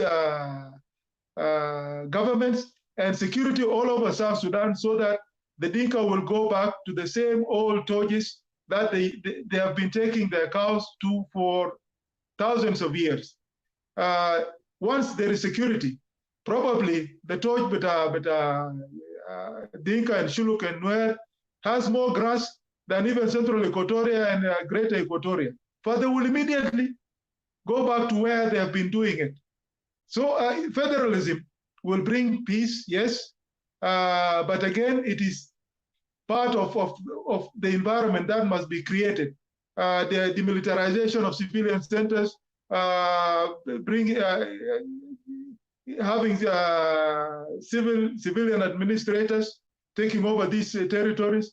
So these are all linked topics that we will go to as we go ahead. There is that second element of the East African community, how we can transport meat instead of using these cows, just moving around the cows or moving after cows instead of going to school and all those things. But these are the only fears that are there. And we have to work together to take it away from the hearts of our people.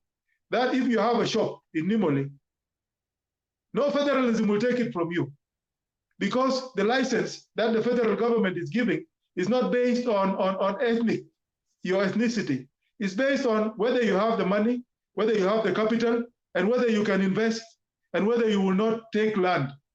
Land control by the state will also regulate land. The only people who fear are the land grabbers who are staying in Nimole, Masalan, land that is not demarcated.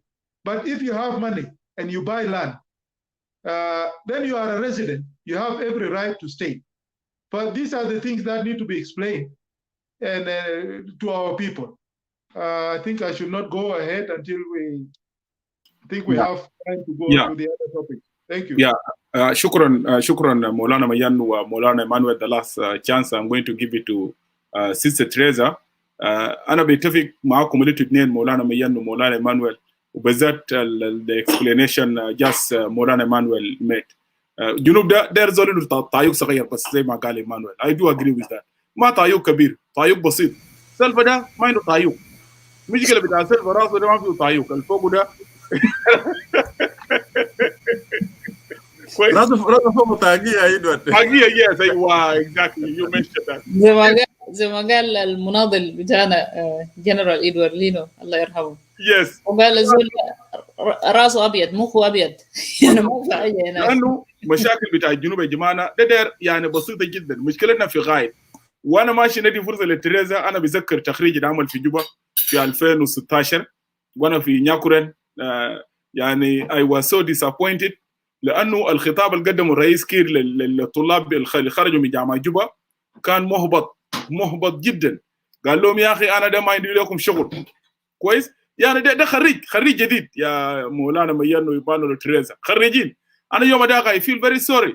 قاعد أقول لخريجين ده أنا ما عندي لكم شغل كويس. طيب إيه يعني يا أخي أديهم كذب في حاجة اسمه يقولوا كذب أبيض. قول لهم يا كذب أبيض ساكت حكومة بنشوف لكم وظائف والناس اللي خرجوا ديل هتيجوا هتشتغلوا وبعدها قطع شركات بنكلمهم وكده. فده المشاكل بتاعنا ده كله بس هو is connected with سلفاكير.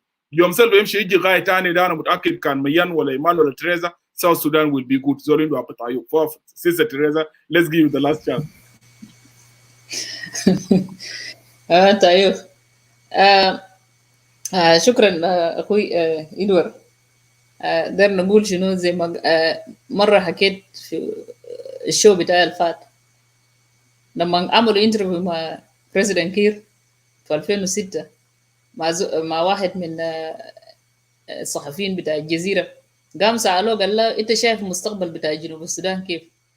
قال يا اخي المستقبل بتاع جنوب السودان لما الزول يمسك لمبه في يده وبشوف خطوه واحد. انا بس خدت يدي في راسي قلت هسه ده كلام ما بتدونا امل؟ يعني انت الرئيس بتاع الدوله ما بتدينا امل؟ ده نفس حاجه وبقول للطلبه خريجين بتاع جامعه بيقول انا ما عندي لكم شغل. انت ما عندنا انت ما عندك لنا شغل كيف؟ ما ادينا فكره واحنا شنو هننفذها لك. فده نقطه انا بس اقدر اضيف انه المشكله بتاعنا ما بس مشكله بتاع انه احنا يعني الموضوع بتاع النظام الفدرالي عشان احنا نختاره، احنا برضو دايرين قياده رشيده عشان يقدر ينفذ الافكار اللي احنا قاعدين نتكلم عنه ده في عرض الواقع. يعني فانا اقدر نضيف في موضوع بتاع البقر هسي مثلا بقى المشكله. فانا اقدر نقول لمولانا مين ما اظن طبعا ده كلام بتاع افراد، لكن ما اظن انه ناس بيطالبوا الفدراليه بسبب بتاع البقر، لانه ده ما بيكون عنده جاستيفيكيشن، لانه الفدراليه ده مطلب شعب بتاع جنوب السودان من فتره بعيد جدا. انا عارف انت قلت كده طبعا عشان في ناس بيكتبوا كلام بتاعهم هناك تحت هنا. فانا اقدر نقول شنو عشان احنا ذاتنا يكون عندنا الدوله يكون منتجه، دولة يكون يعمل على أمن الغذائي في جنوب السودان ده في بلد بتاعنا، عشان ذاته عشان نطلع من العار بتاع إنه إحنا دائما بنعتمد للمجتمع الدولي لليو إن. Why should we got independent and become burden to the international community? We supposed to help. إحنا مفروض نكون جزء اللي بيشارك، اللي إحنا ذاتنا بندي للعالم حاجة بدل ما إحنا نكون شنو عبئا لهم. شفت كيف؟ فلو جينا في موضوع بتاع البقر، وانا ما هختلف كثير مع مولانا ايمانويل ولا مولانا مين دنجيت، لانه ده حقيقه. يعني البقر ده ثروه بتاعك نعم، لكن انت خليه يكون شنو، يكون منتج. حتى بقر بتاع جنوب السودان ده بقر تعبان، is exhaust animal، لانه بيمشي اميال كثير بيشيلوا من مكان لمكان. وبالاضافه لحاجه ثانيه ما قاعد يدي لبن كثير على فكره، لانه ده ابقار طبيعيه ما زي ابقار الحجين زي مثلا عندك في هولندا في المانيا وهنا في امريكا وما شابه ذلك. فانت why you exhausting this animal and you have the grazing land just next to you. توج بتاع بانمونجان ده فيه قش وفيه مويه كفايه جدا. وانا اتفهم بانه ممكن هم تانيين بيجروا عشان هم في جزء منهم بيسرقوا بقر ده، وجزء منهم البقر ده هم جايبينه مثلا كان لتجاره، لكن انت ما بتجيبه بعدد كبير. انت لازم تفهم بانه انت ذاتك جاي في المنطقه ده في ناس برضو عندهم طبيعه مختلفه في حياه بتاعهم. فموضوع بتاع البقر ده في ظل النظام الفدرالي ممكن ينظم له قوانين. معروف قديما في جوبا هنا، احنا ناس ولدونا في جوبا، انا بقدر ندي مثال. زمان كان بيرسلوا ناس يمشي يشيلوا لبن من وين؟ من جوبا نابري، محل الاسي بيسموه تونغ بينجا، لانه ده محل كان بيلموا بقر فيه. وفي الزمن داك لو حصل انه بقر بتاعك ولا غنمايه ساكن ماشي اكل زراعه بتاع زول، بدوك في محكمه بتاع اندريه اللي هو بيكوت. لا انت بتدفع ليه؟ لانه الانسان المزارع هو بيدير الزراعه بتاعه زي كانه قاعد يدير مكتب. اولا انت بتجهز الارض، بتجهز البذور، وبتحرس الارض، وبتزرع، وبكون عندك اداره انك شنو لما المحاصيل بتاعك ده يطلع انت بتقسمه. في جزء انت بتوديه للسوق، في جزء لاسره بتاعك، وده جزء شنو للسوق. كويس؟ فده بنفس المنطلق. لو البقر ده الثروه بتاعك، المواطن المزارع ده هو برضو ارض ده الثروه بتاعه. طيب ما احنا نجي في النقطه بتاع التلاقي. Let's come to the point, to understanding point that you have a cows and I have a land. I produce goods and you produce milk and butter and whatsoever will come through that your cows.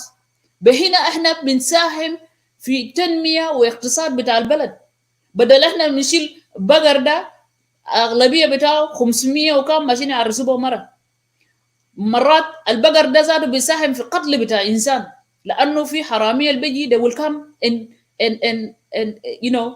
steal those cows. لما يسرق cows ده انت بتعرف كم نفر بيموت هنا. في نسوان بيقتلوا، في عيال بيقتلوا، في عيال بيسرقوهم. فاحنا كيف احنا نمنع حاجات ده كله بينظموا قوانين محليه، قوانين محليه في الولايه لادنى مستوى. فمشكله بتاع البقر ده لازم يجي له حلول. فعشان كده لما الناس انت بتلقى انه ناس كتار في ايكوتوريا او في وستن بارغزال يقولوا يا اخي موضوع البقر ده ما قال عشان هم بيكرهوا مثلا الناس الجايين ده او الدنكا ده، هم عشان كده، لكن they are basically انت عارف نفسك، انت جهزت نفسك، انت زرعت وانت قعدت كم شهور، بعد شويه يجي زول جاي بالبقر بتاعه ماشي يدخل في زراعه بيدمر زراعه بتاعك. ما this is not acceptable يا جماعه، ما ممكن. فانت لو بقر بتاعك ده مهم لك، ارض بتاعي ده مهم، وده حاجه انه شنو الكوميونيتيز والولاء والمحافظين والسلاطين لازم يوصلوا للمرحله ده. وكمان on top of that يكون في تطبيق لقانون، يكون في غرامه للزول اللي بيجي يجيب بقر بتاعه ويعملوا شنو يعني to bring them to the farm بتاع زول يدمروا. وفي نفس الوقت الزول اللي بيمشي يسرق بقر برضه يحاكموه، لانه ده حق بتاع زول. انت when you go beyond and you steal قانون بيحاكمك. فاحنا لازم نضع قوانين لهذا المستوى عشان يحل المشاكل ده، لانه ده حاجه مهم جدا. وانا داير نقول لمولانا عشان في واحد قبل سال هنا كان قال يا اخي we as a Nilotic، قال we as a Nilotic we should understand that. انا داير نقول لمولانا وزول ده قال يعني ما في Nilotic في ايكوتوريا، في Nilotic. the Bari are Nilotic, the Mundari are Nilotic, the Acholi are Nilotic, and even more هناك. فانا بقدر نرد لزول لانه سال سؤال. No, I was just giving a reference to just categorize the Nilotics who are concerned with Calamity al-Bagar. Like, you know, of course, those are their history. Let him come to my class lectures. I'll give him history and Nilotics. Yes. Okay, but Thank you. there's no problem. Yeah, so I just want to give him the answer that there are some Nilotic in Equatoria, and another نضيف انه حتى في قبائل في Equatoria عندهم بقر. عندك منداري ده عندهم بقر كثير، تبوسا، ديدينغا، لانغو قبيله بتاعي ذاته عندهم بقر. لكن we finish with that. شكرا كثير اخوي ادوار، ربنا يبارك. شكرا جزيلا سيستر تريزا، وشكرا لكم كلكم الثلاثه. انا داير اوضح للناس انه التوبيك ده الفيدراليه ما عنده علاقه بموضوع بتاع البقر، ده جزء من المشاكل الموجوده نعم، بتتحل خارج الفيدراليه، والموجود ولا ما موجود بتحل المشاكل ده. So we will go to the topic. كل زول بيكون عنده 10 دقائق actually. اخذنا الروس قاعد يكون عنده شو جماعه. So كل زول يكون عنده 10 دقائق. قبل I did not control the time, but this one now I will control the time. بعد ذاك we have only 2 questions. The first question ياو موجود is up here. The question is, how do we draft a permanent constitution that establish true federalism in South Sudan? This is our first question, and let's give floor to let's start with Maulana Mayen.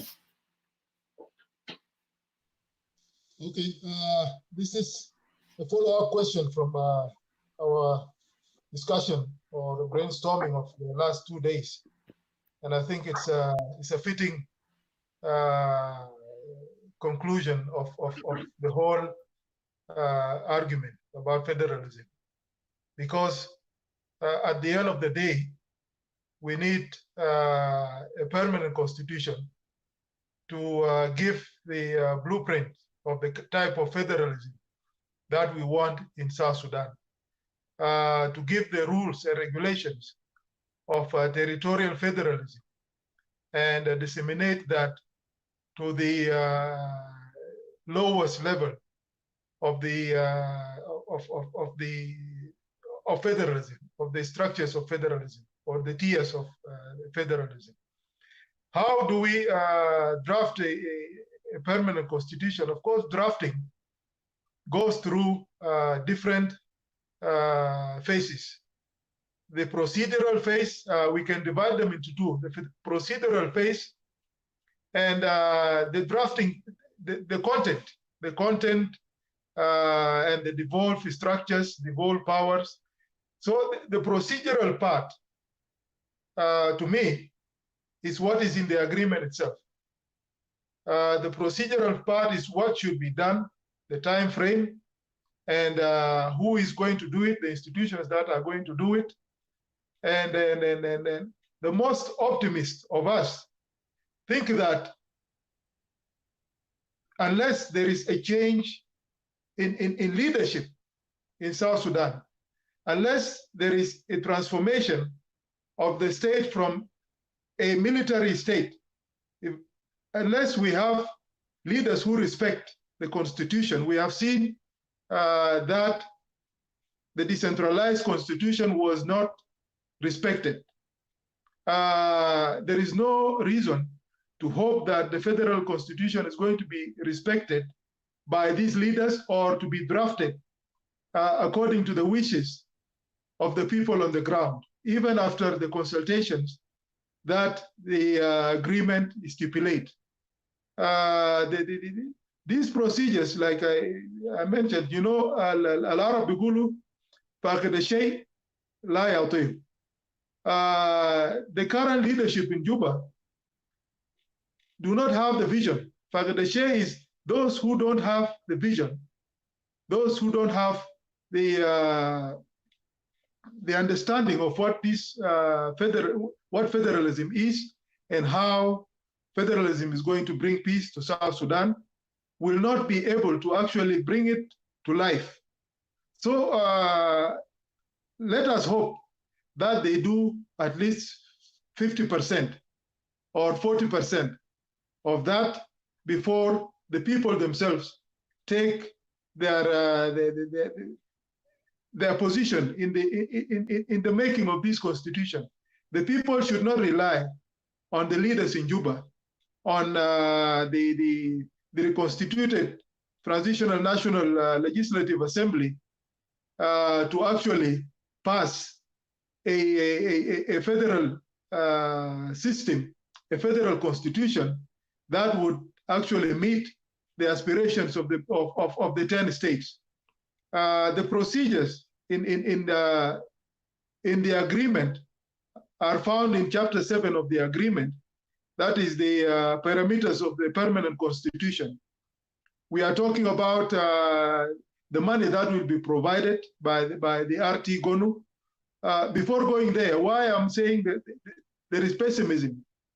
You know, I don't think the involvement of the people, because there will be no referendum. The procedure does not include a referendum. So it is not a bottom-up approach, because it is only the referendum that would lead to a bottom-up approach. But if it is going to be done in the way that the agreement says, that it is the government will provide the money, the constitutional review commission will be now reconstituted later into the constitutional review conference, a conference that will bring people from different parts of South Sudan, that will involve different stakeholders, civil society organizations, faith-based groups, women groups, all other civil society organizations, and even trade unions. Everybody who is going to be affected by the constitution itself should be consulted through delegates who will come from different parts of South Sudan to this reconstituted constitutional review conference. That will the agreement says this conference should be held 24 months or 27 months from the formation of the reconstituted transitional government of national unity. If this recent experience of delays and dragging feet and showing bad faith applies to the security arrangements, applies to formation of the government itself, applies to appointing or nominating states, allocating states, nominating. If this is dragging, I think the process, the procedure for arriving at drafting a permanent constitution is going to take longer than the 3 years. Not the 3 years, actually the 27 months that is stipulated in the agreement itself. So the procedure, because of bad faith, not because it is a bad procedure, but because of the bad faith that has been shown in Juba, I think the procedure is going to have bottlenecks after bottlenecks. The top-down approach is that the same people, even after drafting the constitution, a draft constitution is made after consultation. We are not sure whether the draft constitution will include actually the aspirations of the people, because the people who are drafting the constitution belong to these two parties who want to retain power at all costs. The agreement says that it is the parliament that will reconstitute itself 9 months before the end of the transitional period, 9 months before the elections, into a constituent assembly. I think for the people to own this constitution, a constituent assembly should not be the same parliament. The parliament that is appointed by President Kiir, the parliament that is appointed by Dr. Riek Machar, a parliament that is appointed by members of OPP, and should not be taken as representative of the people of South Sudan, because most of the people of South Sudan have suffered from these people, and these people want to retain power. So the representatives, the fact that the agreement says that the parliament will reconstitute itself into a constituent assembly to represent the aspirations of the people of South Sudan, and look into the draft constitution given to it by the Constitutional Review Conference, the resolution of the Constitutional Review Conference. The fact that they will have the right to amend, they will have the right to include things. Yeah, you remain in 1 minute, Maulana. Yeah, they will have the right to pass a constitution that will govern, and you call it a permanent constitution. It goes against the spirit of permanent constitutions worldwide that are always passed by real representatives of the people, not representatives of the parties. Even though they change, they put on cheap clothes, they are still the same people. They will be influenced by those people. I think I will continue the same argument, knowing that we need the process, the procedure to be correct. The procedure so far is not up to date. It's not within the best practices worldwide for passing permanent constitutions. What we want is, at least if we go 40% along the road of federalism, then the change of guards, the change of government in Juba will allow a second generation or the new government to actually bring the aspirations of the people of South Sudan to a concrete ground. Thank you.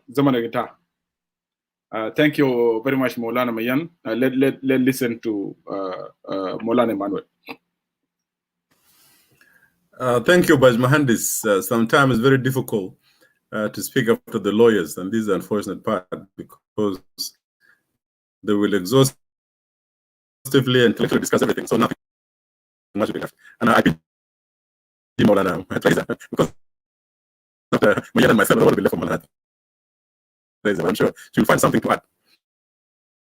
Yeah, I think what is important as a first step is this. Constitution is a social. Now it's fine. Now it's fine. Now it's fine. Now it's fine. Now it's fine. Now it's fine. Yes.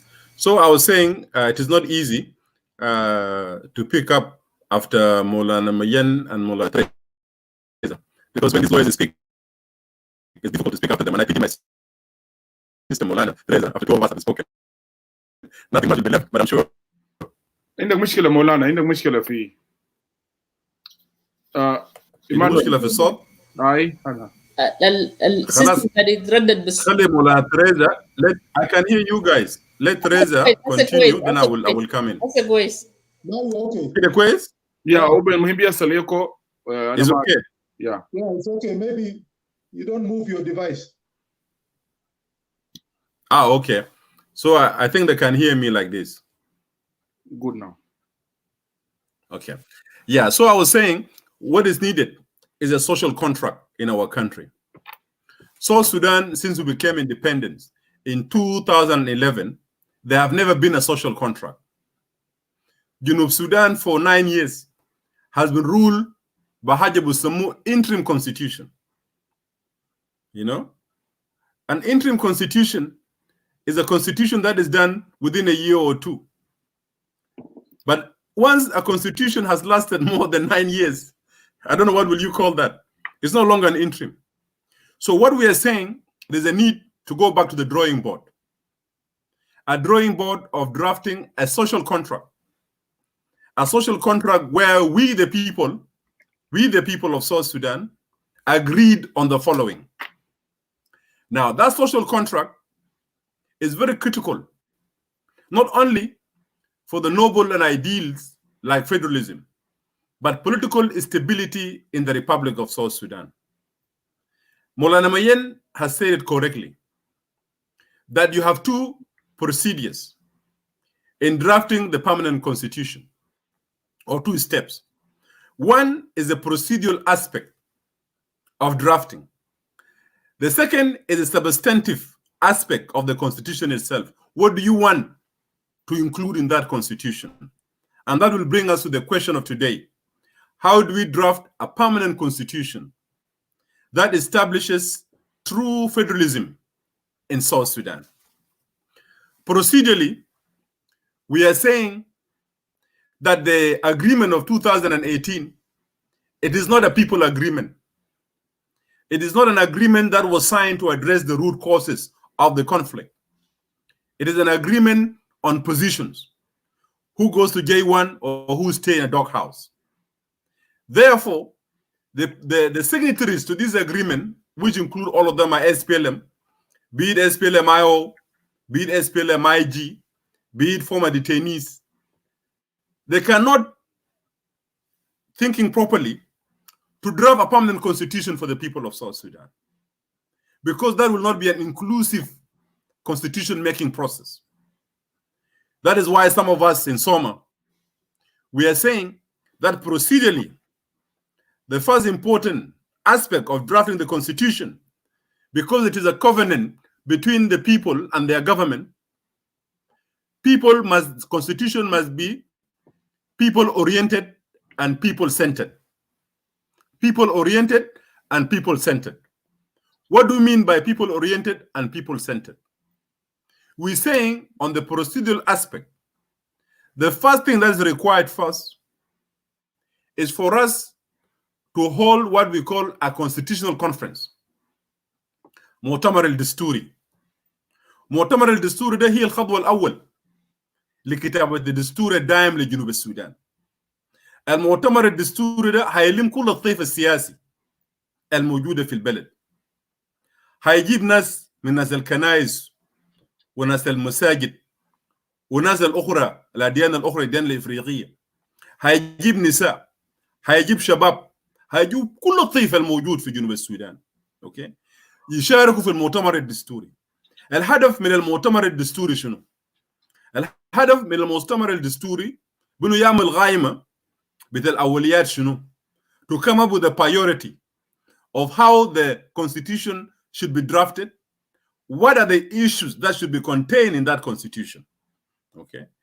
مؤتمر الدستوري ده هيجيب كل الناس, including even the elders وشيوخ بتاع القبائل والملوك بتاع القبائل.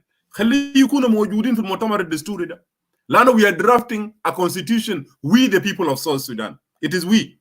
It is not I, the SPLM, or I, Soma, but we, the people. So if it is we, the people, then it is all the people must be included in drafting this permanent constitution. So we call for a constitutional conference. First, we agree and draft the roadmap of how the permanent constitution should be drafted. نتفق على خارطة الطريق بأنه الدستور الدائم ده هيتكتب كيف. وما هي المواضيع اللي هيكون موجوده، المحتويات اللي هتكون موجوده في الدستور ده هتكون شنو؟ منهم الفيدراليه. After this, then the members or the participant in the constitutional conference هيشكلوا team. التيم ده ما لازم يكون بس محامين. By the way, I was involved before in the drafting of the constitution of the Sudan after the CPA. I had the honor to do that at a very early young age.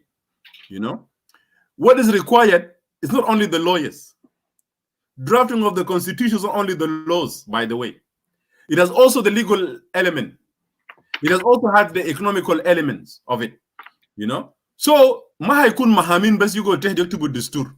تجيب لك تريزا، تجيب لك مولانا مين، تجيب مولانا إيمان، تكتب لهم في غرفة قالوا اكتب لنا الدستور. No.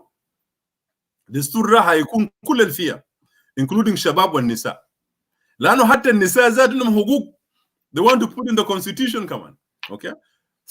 This is what will happen. That's the second stage. You will have a drafting committee composing of all these participants in the first meeting of the constitutional conference.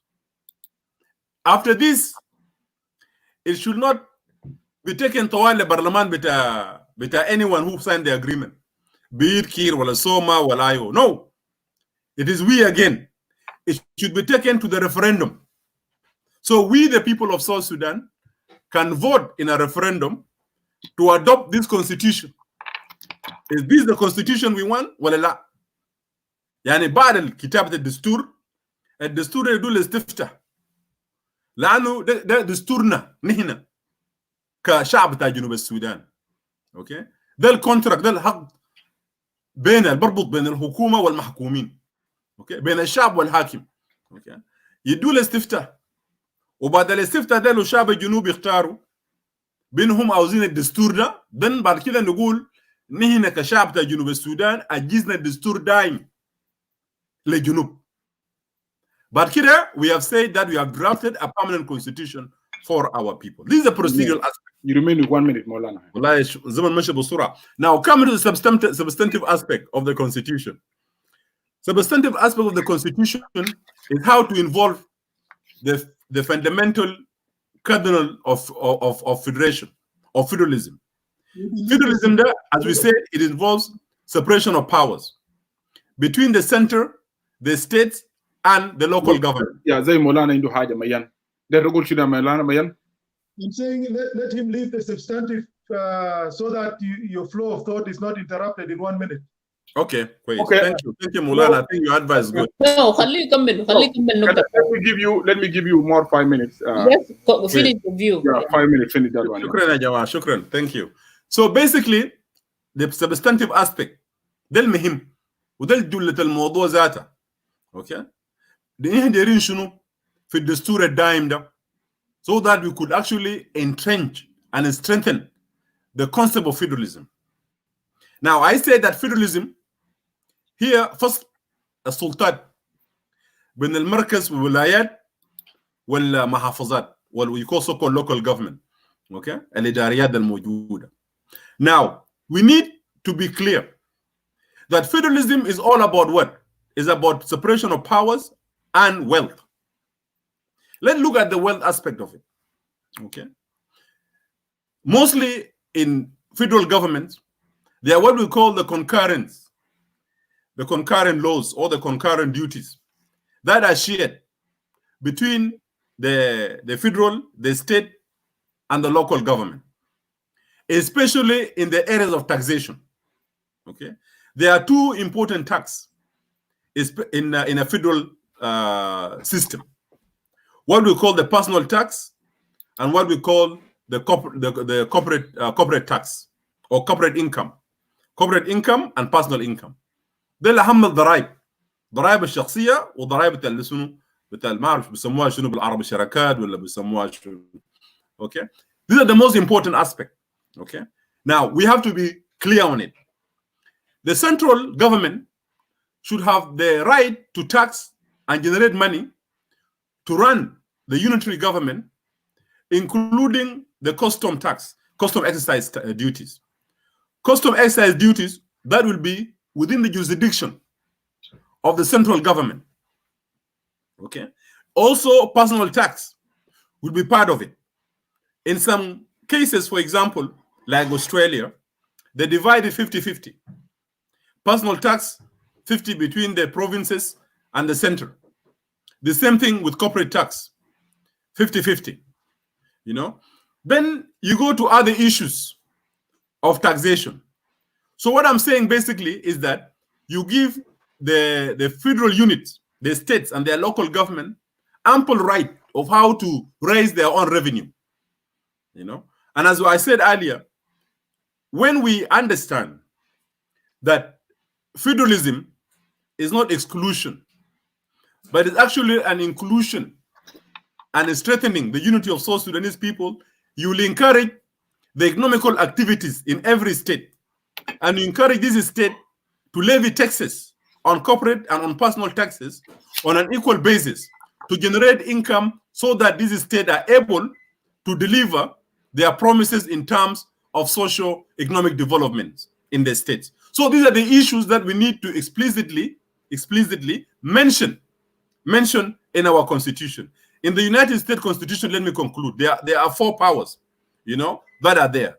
You have what we call the enumerated powers, implied powers, and you have the inherent powers and prohibited powers. You know, now if you look at enumerated powers, of course, these are powers that are granted to the Congress. It has to be mentioned clearly. Enumerated means expressed. So the Congress will have expressed powers, you know, that they have. Then on the issues of implied powers, these are powers that regulate, for example, issues of telecommunication and building interstate highways, you know. Inherent, of course, powers, these are the powers that every state should have, defending the sovereignty of the state, you know. The prohibited powers, of course, these are powers that limits the power of the central government. So these are the 4 powers that you will need also to include in your permanent constitution: the enumerated powers, the implied powers, the inherent powers, and the prohibited powers. They must be clearly spelled in a federal constitution so that each and every level of the government, they know what duties befall them. So I will stop here and give my other colleagues a chance. Thank you. Yeah, shukran. Thank you, Maulana. Actually, we're on time. Let's go to Maulana Tereza. يا شكرا اخوي ادوارد. وداير احيي برضو المشاهدين اللي لسه قاعدين بيشاهدوا في البرنامج.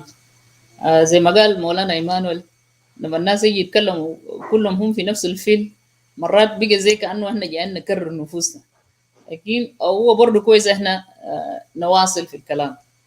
اللي هو لما طريقه اعداد بتاع الدستور في ذات نفسه ده بيتوقف برضو لحل الدستور ده. احنا في الدولة دار يعمل من تحول نظام عسكري او تحول للنظام الحزب الواحد لنظام ديمقراطي، ده برضو بيختلف. وفي التحول من نظام يعني اوريدي نظام ديمقراطي موجود، هم برضو يكتبوا الدستور. طبعا في طريقتين، فانا عشان برضو اوضح الحته ده واختصره ببساطه. بالنسبه لما ناخذ في الدول الاوريدي خلاص يعني عندهم نظام ديمقراطي، هم دائما بيعتمدوا على البرلمان، او ممكن هم بيأسسوا الجمعيه، حاجه بيسموها الجمعيه التاسيسيه. الجمعيه التاسيسيه ده هم بيقوموا بكتابه الدستور. في صوت كان هم بيقوموا بكتابه بتاع الدستور، وهم يعني بعد ذاك هم بيرفع الدستور ده بودوه في البرلمان، لانه هم اصلا ما زي الدوله اللي بيكون فيه كان انظمه قمعيه او انظمه ديكتاتوريه او انظمه عسكريه او انظمه بتاع النظام اللي فيه كان عنده حزب الواحد.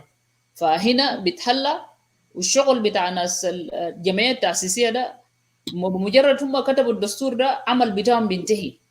لكن لما نجي في الدولة زي مثلا في الدولة زي دولة جنوب السودان، فاحنا بنقول احنا في النظام قد يكون نظام عسكري ديكتاتوري، او احنا نقول نظام يعني ما عنده شكل معين أو الشكل بتاع نظام الحكم فيه. فأنا لما أقول نظام أنا قاصد بالحكومة نفسها.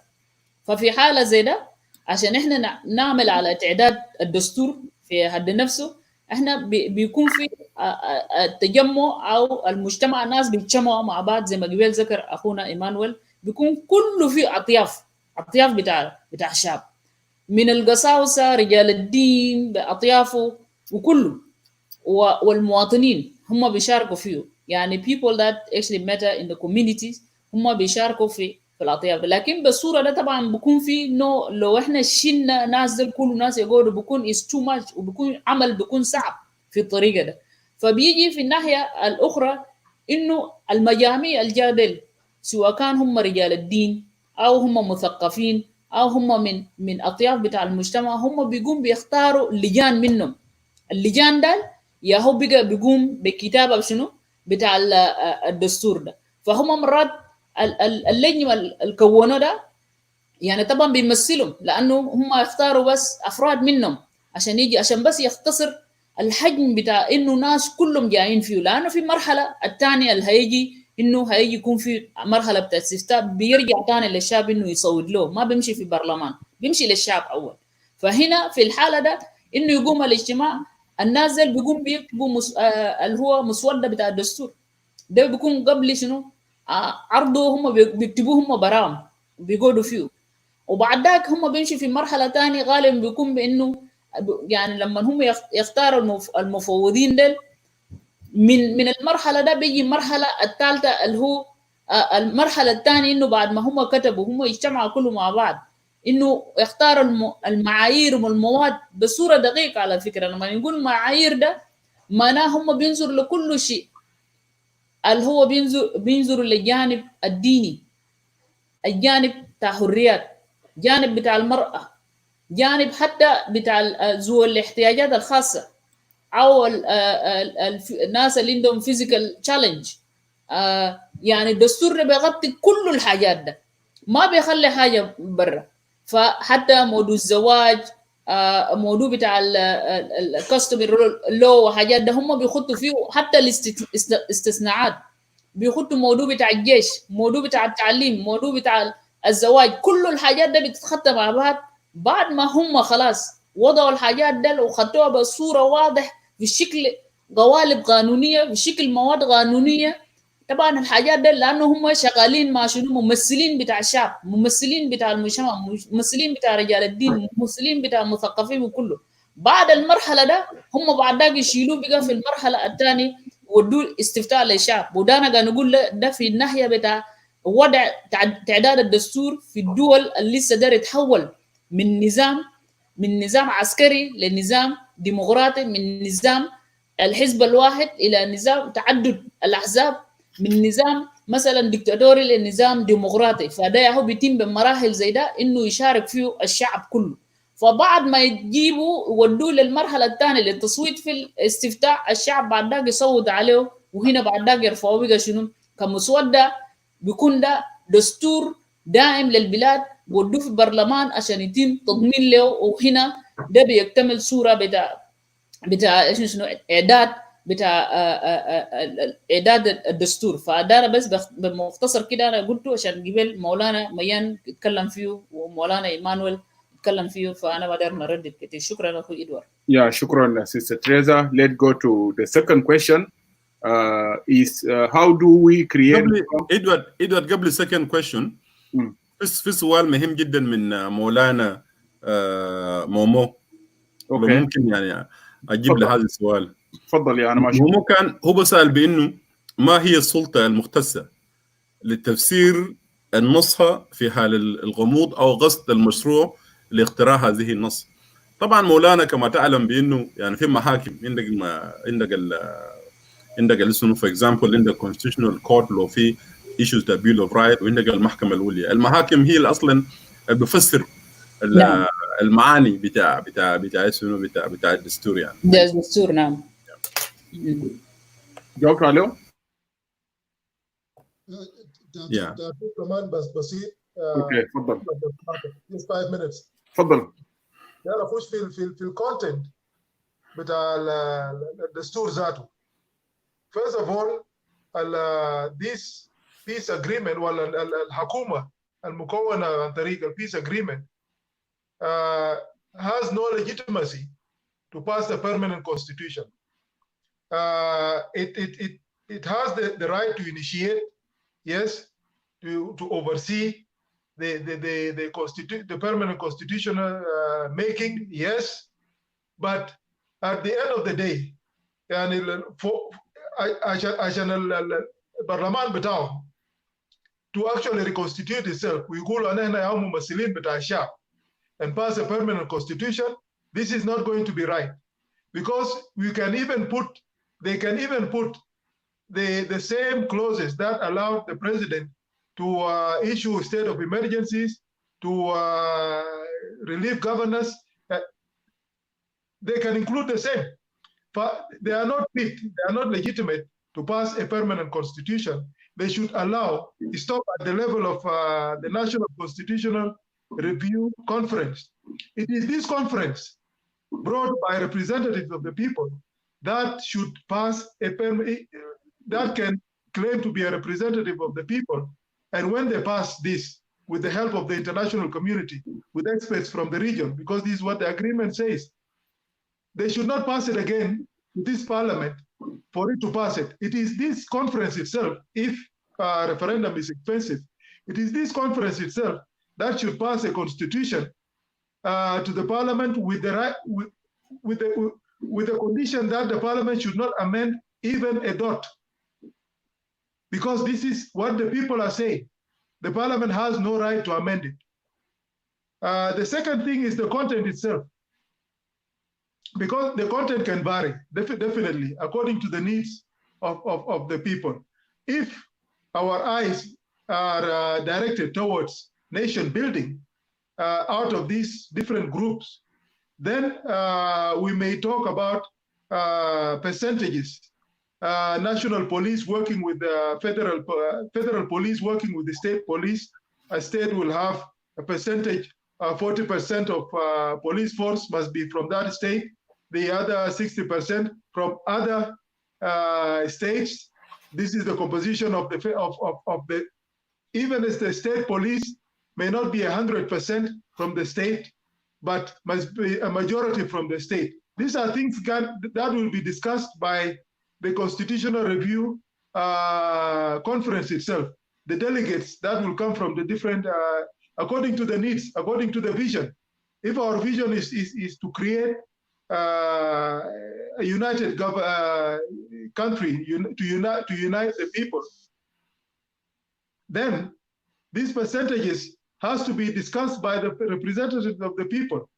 I think this is my only interjection here, that it is the people that have the right, the final say, to pass a permanent constitution, not parties to a peace agreement that is actually meant to resolve a civil war. So they cannot claim after fighting and creating an agreement to say that now we are going to represent everybody. Even in the CPA, the NCP and the SPLM did not pass a permanent constitution. They passed a transitional constitution. Yeah, thank you, Maulana Mayen. Our last question is, how do we create a strong economy through our federal system and create opportunities for our youth, employment, and a strong economy within East Africa region? Let us start with Ambassador Emmnuel Ajawin. You have 10 minutes to answer the question. Thank you, Bajmohandes Edward. I think this is the most important question. After agreeing that we have federalism, ma ba'da zalik, ma ba'da haza, fi shunu yani ba'diu, okay? Yes, the objective of federalism is to achieve political stability and economic progress and development in our country. These are the most important aspects of federalism. Now, as you put it correctly, how do we create a strong economy through our federal system? We're saying that our federal system should be complementary. They should be complementary to one another, which means the federalism that we are adopting is not an ethnical federalism, but it is a territorial federalism that should encourage the flow of commerce between our borders. It should encourage the commerce between the states and the states. It should also increase and smooth commerce between the state and the central. But in our view as the National Democratic Movement, and our ideology is a social democratic ideology, we believe that given the situation in our country, given the fact that we don't have what we call the business class to build the private sector, there is some need for the government to a certain degree to have control or at least manage certain projects or direct the policies in the states. Not a forceful one, but through the party if they have majority in these states.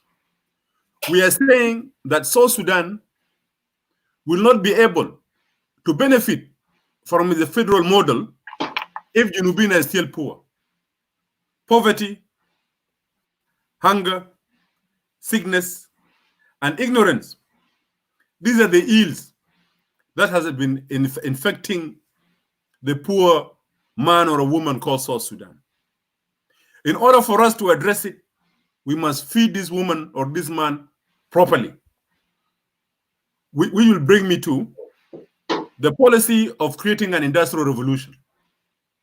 In a federal state, the government should come with a defined roadmap policy, economic policy of industrialization.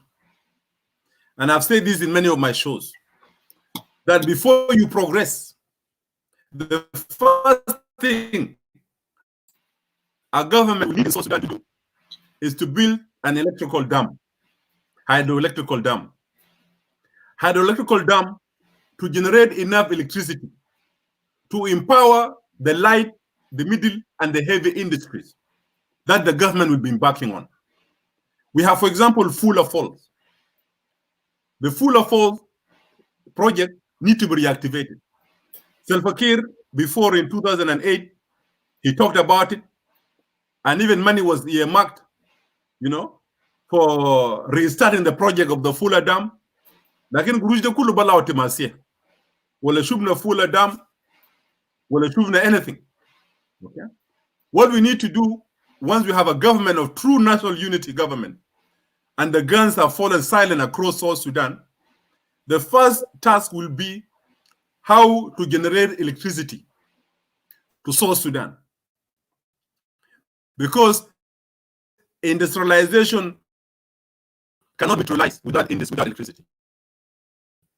We need to build the Fula Dam. We also to extend that electrical power to Greater Barghazal.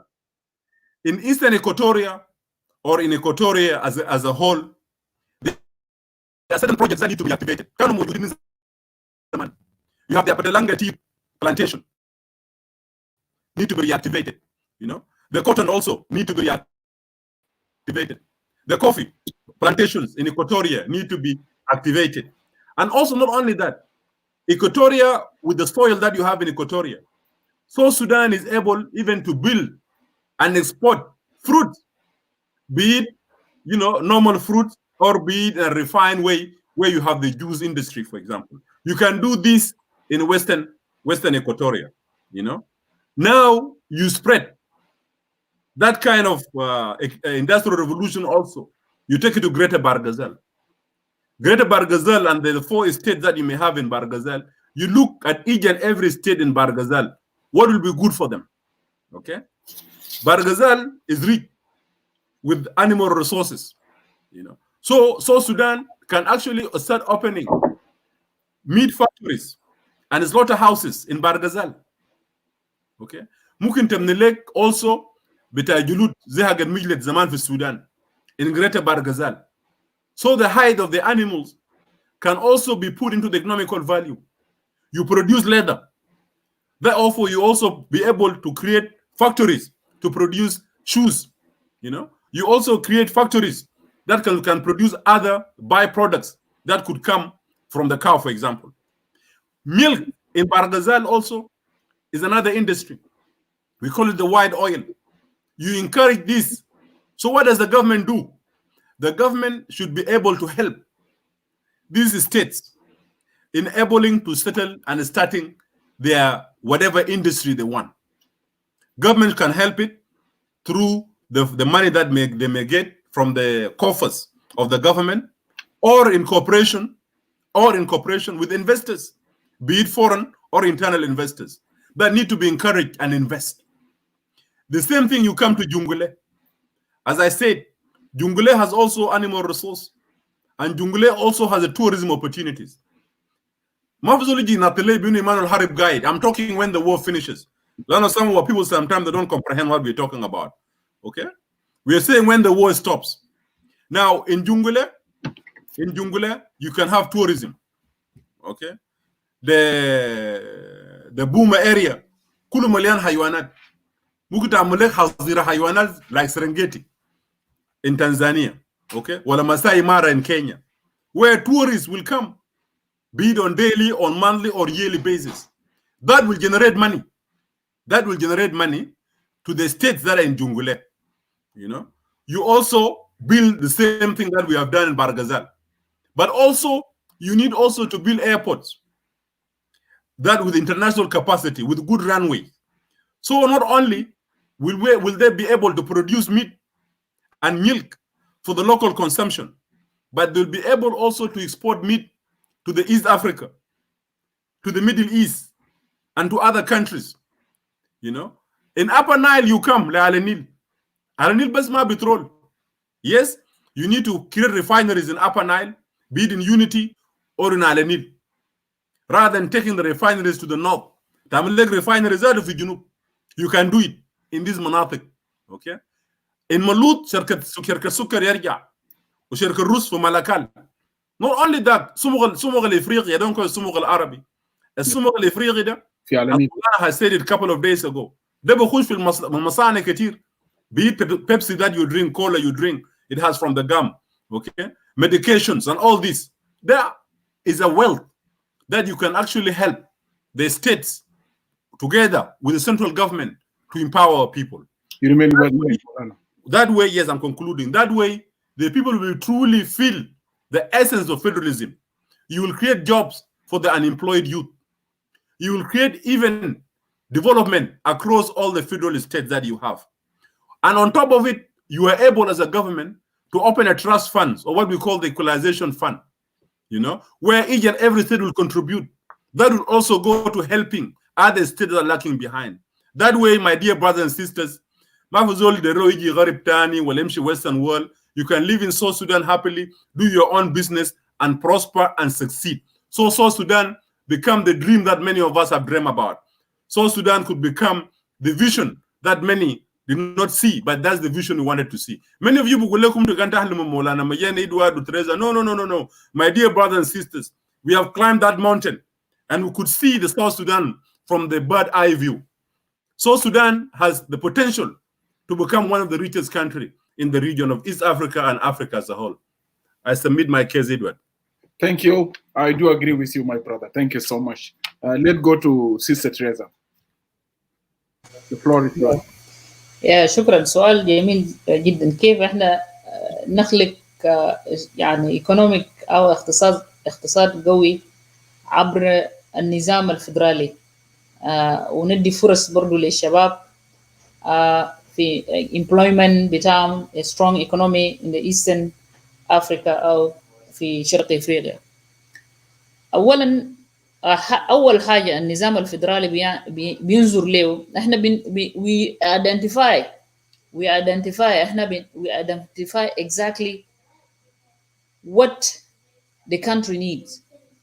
إحنا بنشوف إنه بلد بتاعنا يعني through نظام الفدرالي لو إحنا قسمنا يعني if we make the devolution of power and wealth أو التوزيع السلطة والثروة بين هذه الولايات. أول شيء إحنا بنشوف إنه أي ولاية حسي بالذات في زمن إحنا فيه ده أي ولاية عنده ريسورس بتاعه. فهنا بيكون في ناس من الحكومات المحلية مع الحكومة المركزية هم بيعملوا على بحث أو to identify all those resources عشان إحنا بعد ذاك نكون نبدأ من حاجة. زي ما أخونا إيمانويل جبال يتكلم عن اسم شنو ده البن بتاع يي، ويتكلم عن قطن بتاع انزارة، ويتكلم عن مصنع بتاع الفواكه، تعليب الفواكه ممكن يعملوا في واو حتى في غرب الاستوائية أو في الاستوائية أو ما شابه ذلك، أو الفول السوداني أو الزراعة بشكل عام، أو الزرع الشامية أو الزرع العادية، أو الرز في أول، أو الرز حتى في مناطق في الاستوائية أو في اتجاهات بتاع تركيكا، لأنه في مناطق بتاع مستنقعات برضو يبن في توريد في أدوري أو ما يسمى توريد بيسموه أدوري. ده كله أنت بتعمل identification للريسورسز بتاعك والبلد بتاعك بيحتاج لشنو. احنا جنوب السودان ده أول شيء أي ولاية مفروض يبدأ به اللي هو الطريق. احنا بنبدأ به طريق، لأنه في النظام الفيدرالي لو انت عندك ريسورس بتاعك في ولايه بتاعك، انت بتبني شوارع بتاعك الداخليه لما تصل في حدود بتاع شارع فيدرالي. واي ام سينج شارع فيدرالي؟ لانه هنا مثلا زي عندك الهاي واي، الطرق ده طرق فيدراليه. الفيدراليه الكبيره يا بيقوم به، الفيدراليه الولايه will take care of it، بيبنوا الطرق ده. الطرق اللي انا قلت الطرق مهم ليه؟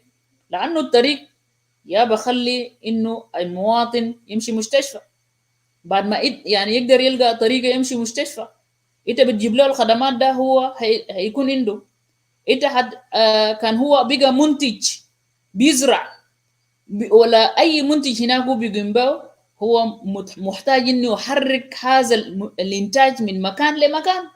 he need to take this goods from place to another في داخل هذا الولاية. فبمعنى انه احنا نركز على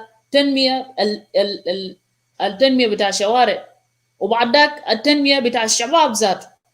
الشباب ده ما هو القوة العاملة، وبرضو الطريق بتاع التنمية التعليمية، عشان احنا ما ممكن الليلة تجيب عامل ما بيعرف انه انت لما تيجي تشتغل في مصنع بتاع تعليب الفواكه والهذا وذاك لازم hygienic you need to be clean. انت لازم تعرف الارقام، انت لازم تعرف الدرجة ذاته بتاع البرودكت يكون كيف. شفت كيف؟ فانت لازم you need to read at least you need to read. فانت لازم تثقف تعلم الناس دي. فبعد ما احنا نتكلم عن موضوع بتاع التعليم وموضوع بتاع انه الشوارع وموضوع بتاع ده بدينا فرصه احنا بقى كل ولايه في المنطقه بتاعه عنده مثلا انتاج بتاع حاجه. قبل ذكر اخونا ايمانويل ياهو بيسموه شنو السمق، انا سميته انه قلت السمق الجنوبي امبارح، السمق الجنوبي. السمك ده بيدخل في انتاج كتير في الدول البرة هنا، بيدخل في مستحضرات، بيدخل حتى في الادويه. فاحنا شباب بتاعنا الموجودين ده احنا بنخليهم انه شنو يكون القوه العامله، لانه الانسان هو العامله اللي بيحرك الاقتصاد في البلد. بدل نخليهم هم يتكاتلوا، بدل نخليهم هم في حروبات، بدل نخليهم هم مشغولين بمشاكل بتاع الزواج، منو شال المرة بتاع فلان واحنا ماشيين، او بيت فلان شالوا واحنا ماشيين نحارب قبيله الفلاني، او بين كوميونتي قاعدين شاكل. انت you engage those people will be busy. هم هيكونوا منتجين في اماكن بتاعهم. كان في اول هيزرعوا يركزوا في الزراعه بتاع الرز في اول، وبعد المنتجات المجاوره هناك عندهم الموجوده هناك في المنطقه بتاعهم. لو عندنا الحديد او الذهب في مناطق زي في غرب بحر غزال او النحاس، في إيكواتوريا في الذهب والماس والموارد الاخرى، حتى الزراعه ده برضو انت تخلي انه الشعب ده اللي هو انت تصنع لهم مصانع او فاكتوريز عشان هم يكونوا منتجين.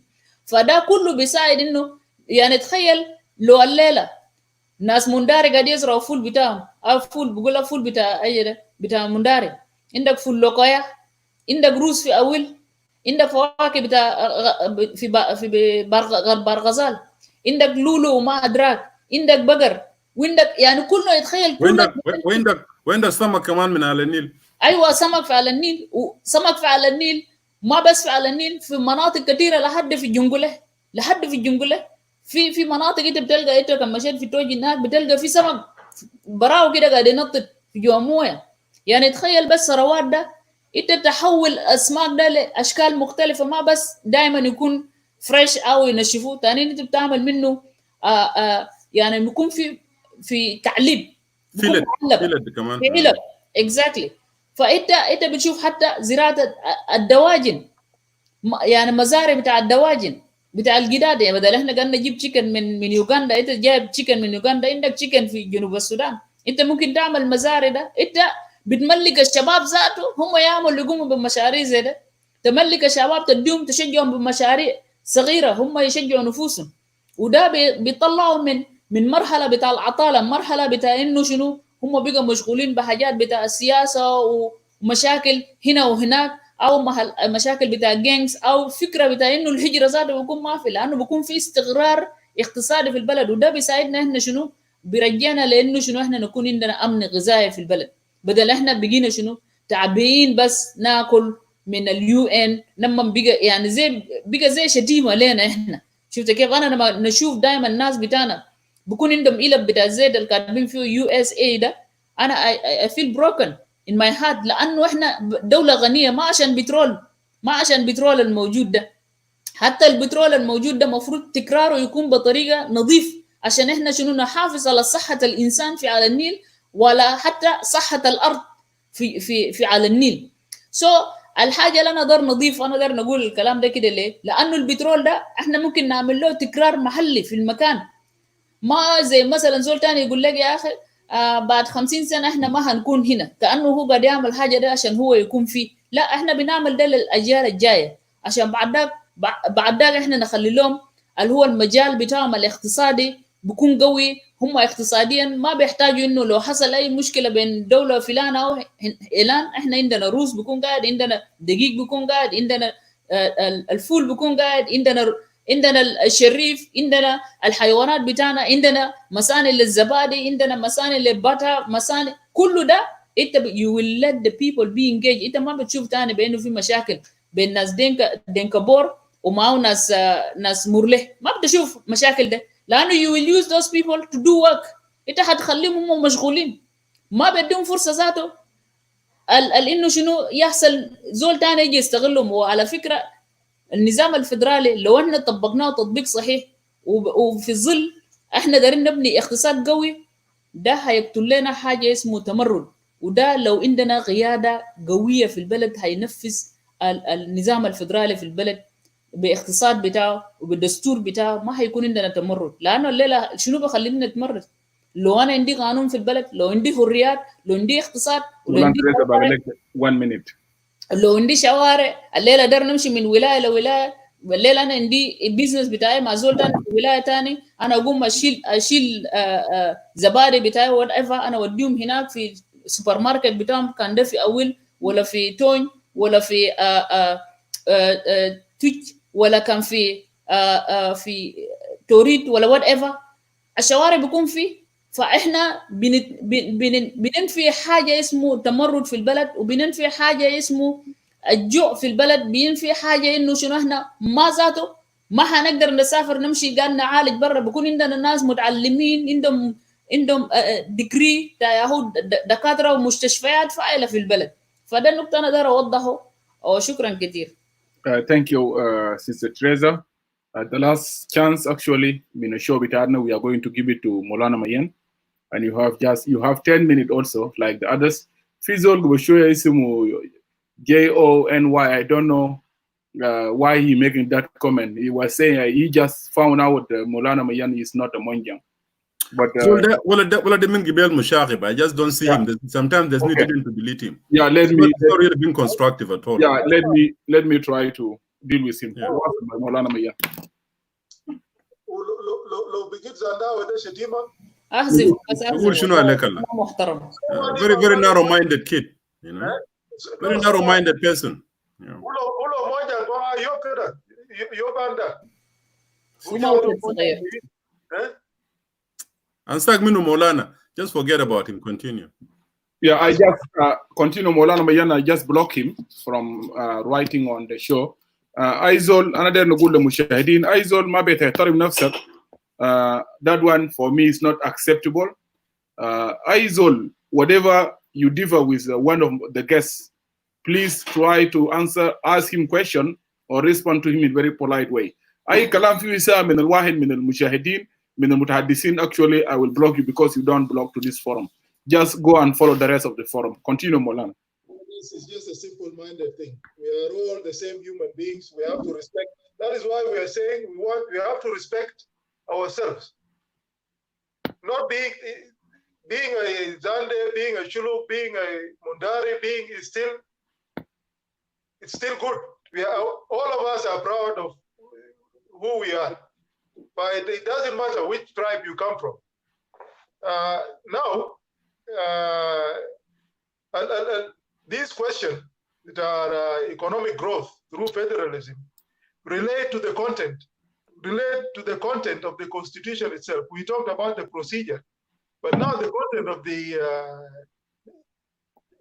those who are going to draft this constitution are directed that by Chapter 7, that the constitution has to promote people's participation, yes, but has to devolve powers and resources.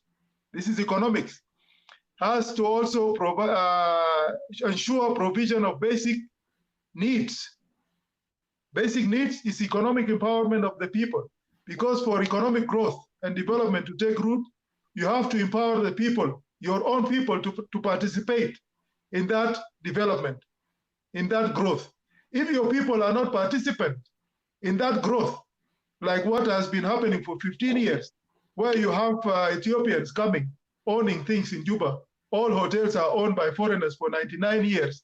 And you think that Walaya Juba is developed, even if your mother will not even sleep in that hotel, or nobody is employing you in that hotel, and you think that that development is people-oriented development, then you don't know economic growth and development. It is directing you also that the equitable economic growth, that the regions the constitution must ensure equitable economic growth. So when you are drafting the constitution, you have to know that all the regions must have equal growth. We have to grow together. The 10 states have to grow together and promote, facilitate regional and international cooperation. That brings us the element of the East African community. So the drafters of the constitution themselves have to keep this question in mind while they are developing the constitution. What should be done, the concrete things that should be done on the ground is in the budget itself. The budgetary process must ensure that the role of the central government, especially at the beginning of this economic growth, the drive to economic growth, the central government is the owner of the capital. Our people don't have capital in terms of money. The central government receives oil money, and it is the one that prints money. So it is in control of, this is an exclusive power of the central government. It is in control of macroeconomic growth and development. Tariffs, taxation, certain levels of taxation, is all the competencies, the exclusive competencies of the central government, or what should be called now the federal government. And it is now that wealth of the people, that should be distributed equally or included in developing people-oriented infrastructure, physical infrastructure, roads, interstate roads, or railways. Even in the beginning, railways are faster, and they are not subject to seasonal changes of roads or something, and they are cheaper. So they could be constructed at the same time, and they take more goods. So railways connecting the 10 states are cheaper than even highways. Let us, if we can do them concurrently, well and good. But if you can start with railways, then this is a shortcut to actually accelerating economic growth and development in South Sudan. The second thing is physical infrastructure. Is like power generation. You have enough sunshine. You can reach the people faster through solar plants instead of bringing and injecting almost $500 million في بابور واحد بتاع جاز. You should have thought about solar, or thought of the same money could have built a hydroelectric dam full up, for example, or build grids from the Renaissance Dam from Ethiopia, the money could have built internal grids so that when the Ethiopians are done with the Renaissance Dam, we use the theory of competitive advantage. When somebody is producing something so high and they want to sell it, then that power will be cheap because the Ethiopians would want that power to be sold. So a competitive advantage theory and entails that you can defer building your own dam, which you should do in the future, and use that money for another important physical infrastructure that is related also to power provision. That is just linking grids in South Sudan. Once the Ethiopian Renaissance Dam starts, the grid will be ready and power distribution will immediately take place in 2 years all over the country. The third thing is social infrastructure. That is schools, hospitals. You can assign that money through the budget to the 10 states, build 10 universities, 10 referral hospitals. These things are not so expensive. They are not expensive at all if you have the will. So in case of people from the counties to be sent to Juba, they will be sent to the state capitals. So instead of people coming to crowd the Ministry of Finance in Juba, they will go to their ministries of finance at the state levels. Monetary policy, banking, for example, you can have 10 agricultural banks, and they will create cooperative societies, and these cooperative societies will help you, first of all, finance a successful agricultural cycle. I was in Yei during the liberation struggle, and do you believe that Yei and Yambio were providing almost 50% of the coffee that Uganda was exporting? Arabat Bumshim in Yei and Yambio taking coffee. At that time, there was no support from the central government. What if these people are supported? We will be the biggest producer of coffee in Africa, because if we could produce half what the whole country, an independent country, was exporting to America in its name, with support from the central government, there are so many other schemes talking about fisheries, not only Upper Nile and Jungule, but even Central Equatoria. Terkeka has 72 fish ponds, 72, and 2 only are the ones used to provide fish to the entire city of Juba. What if the other 70 are used properly through cooperative societies? We will be sending fish to America and to Europe, because the fish of Terkeka is white meat, and actually so thick in terms of meat, so soft at the same time. Ita betalga fi suk Libya, fi share Tombora, fi Konyo, fi suk Belicia, fi Gudelewan, fi Gudele. All these fish, al Nuswan Bekhutu fi Darabezada, is coming from only two fish ponds in Terkeka. What if the other ones are also, there is an involvement of the central government? If we cannot have internal integration of our economy, let's forget about regional integration, because we need an internal market first.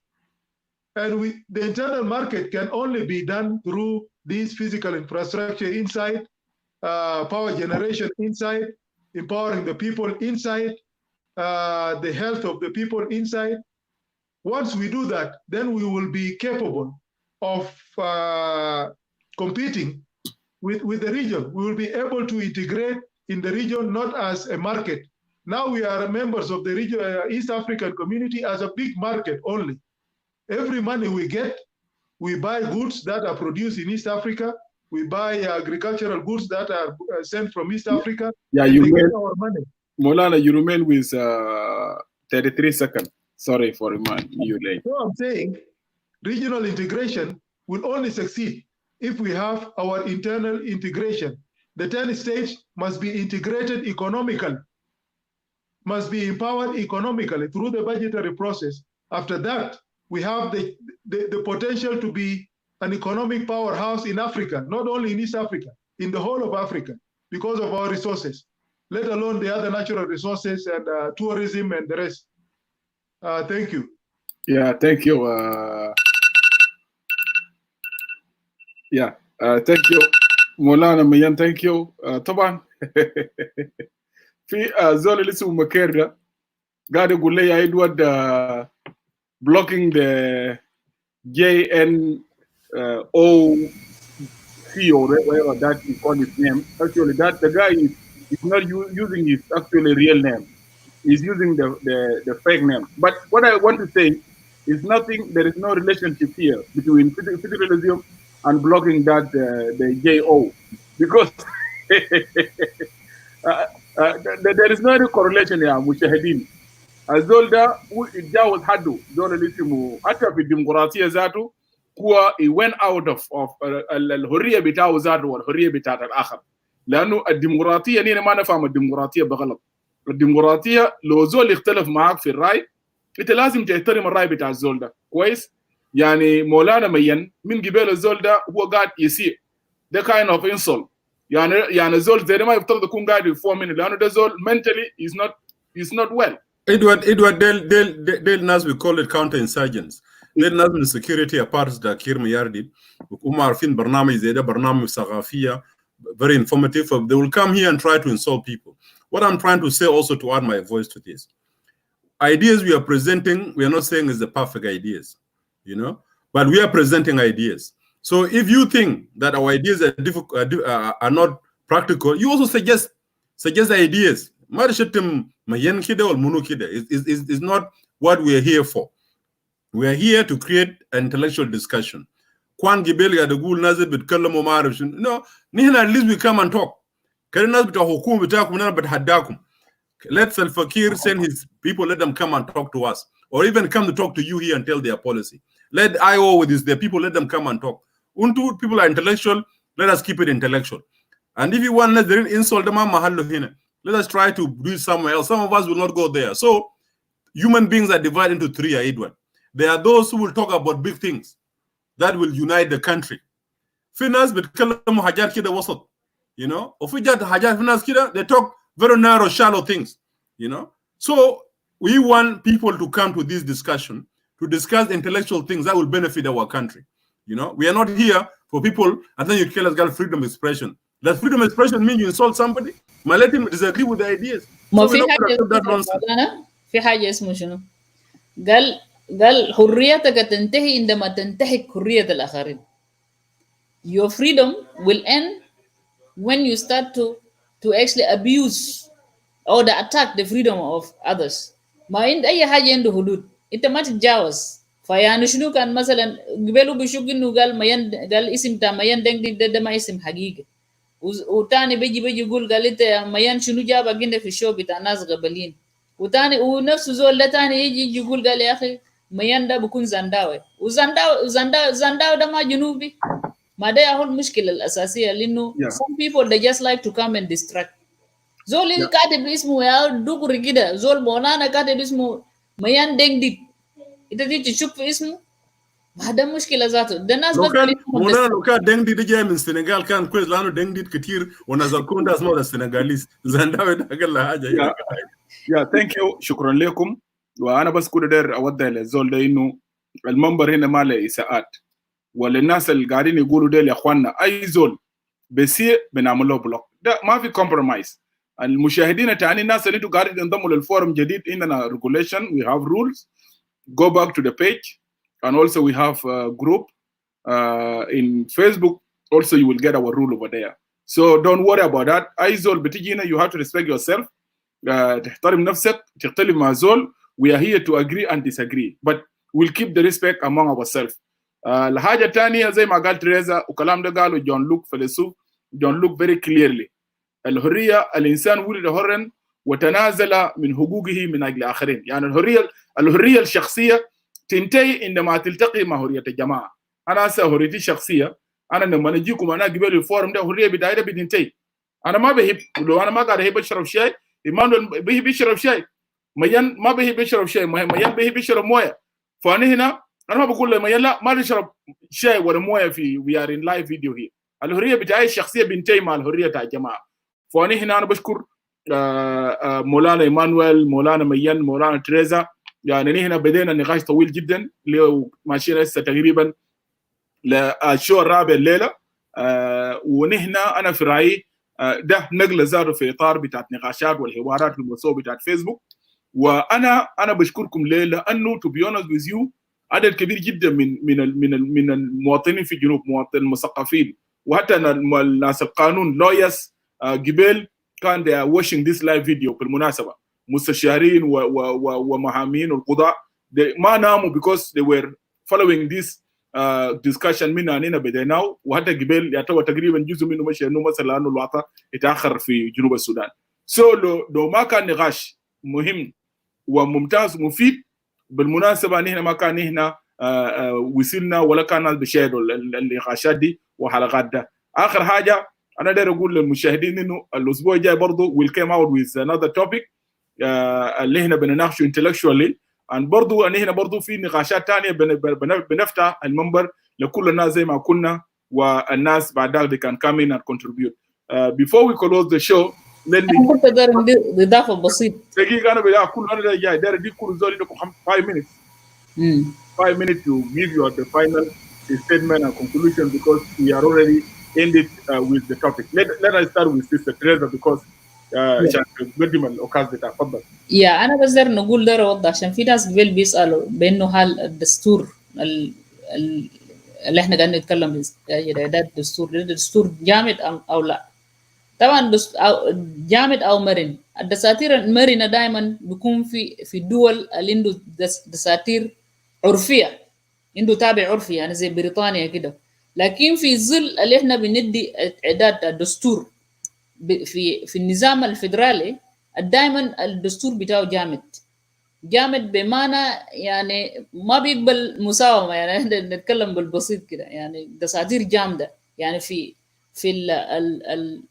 القوة بتاعه، في المواد الموجودة فيه، يعني ما ممكن ما عنده استثناءات كتير. لكن الدساتير العرفية دائما انت بتلقاهم انه في الدول مثلا المرنة في الدول زاد التابع دساتيرها عرفية. يعني انا اديت اكزامبل ببريطانيا. فده نقطة انا كنت اقدر اضيف. وانا اقدر نشكرك اخوي ادوارد برضو للبرنامج واعدادك له. ده حقيقة برضو عمل كبير. وانا اقدر نشكر برضو البانل كله هنا والمجموعة اللي كان في الأيام الأولى اللي هو الدكتور فرانسيس ملوال، وبرضه مولانا إيمانويل كان في هناك، ومولانا ميان دنجديت، وأخوة بتاعنا كايدي. وبرضه ده أشكر ناس، في ناس كان حاولوا إنه دارين يدخلوا، وأستاذ دول لارجن وكان أمس هنا، وبرضه أستاذ جوبك لوالا هو حاول، لكن طبعا ياهو الإنترنت خزل. وانا اقدر نقول للشعب بتاع جنوب السودان احنا لما نقعد هنا نتكلم في القضايا بالذات قضايا ذات التابع ياهو اساسيه مرتبط بنظام الحكم، احنا دارين الافضل للبلد بتاعنا. احنا ما بنعمل من اجل مثلا التنظيمات بتاعنا، لكن من اجل الهدف السامي للناس كله، للشعب بتاع جنوب السودان، عشان يكون عندنا دوله مستقره. احنا ما ممكن يا جماعه نحارب لمده 50 سنه. ما ممكن يا جماعه احنا نكون في احنا اتظلمنا ونجي نكون ذاته ظالمين نظلم نفوسنا بعد ما احنا جبنا البلد. فده النقاط الاساسيه اللي احنا بنجي نتكلم عنه، لانه احنا شفنا النظام الفيدرالي ده من انسب الانظمه للحكم اللي بيقدر يساهم في تغيير بتاع الوضع بتاعنا. وطبعا بيرتبط بانه لازم يكون في قياده قويه، قياده فعلا فاهم عنده رؤيه واضح عشان يقدر ينفذ هذا النظام. شكرا. وانا بقول جود نايت. يا شكرا سيستر تريزا. قبل ما ندي مولانا ميان، في الزول اللي اسمه روكو ده انا ما كنت ايو قبل كده. I never been IO. Just take it from me dialect. من day one انا قاعد في جوبا ده ولا بجد ولا فكرت ابقى IO. Please you need to withdraw with your statement. Let's go to Maulana Mayen. Take your 5 minutes. Thank you, Bash Mohandis, for bringing up this lively and timely topic with the subtopics that are related to federalism. It has been really a lively discussion, brainstorming, very informative. I must also thank the panelists, Maulana Ajawin, Maulana Tereza, Francis, Dr. Francis, Sister Kaidi.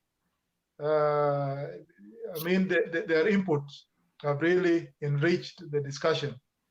I'm sure that these videos will be watched by some people, and by that we may create a critical mass of like-minded people, people who can afford to dream of a better South Sudan, and people who will see possibilities of a better South Sudan through these discussions and other discussions. Federalism is the way forward. It is in the agreement, and there is no fear. There is no fear because it is an administrative system. The administration of states cannot be done from Juba, from the center, and it is this authoritarianism of the center that has destroyed Sudan, and that is responsible for civil wars in Sudan. We hope that we don't replicate the same history of the Sudan in South Sudan. For the way forward, as we stated today, will be successful if the constitution is actually drafted according to the guidelines of the agreement itself. We are not talking about guidelines outside the agreement. If there is goodwill, if there is a vision in Juba itself, the economic element will also be successful if we love ourselves. If the state treats its peripheries as children, the same children, if the state, borrowing from Mwalimu Nyerere, that the state should behave like a father, you treat everybody like your own children and love them equally. Once you do that, you will think about equal development of South Sudan and bringing peace to South Sudan. And all these Bashmandis could only happen if the new administrators at the level of the states are civilians. If the military state is dismantled and the state is owned by the citizens, once the state is owned by the citizens, they will even direct the security agencies that are going to work under this civilian control. But under the same military regime, I'm sure things will happen artificially, things will be drafted, but nothing will be respected. For we call on the people to actually rise up and own the country. The country is theirs.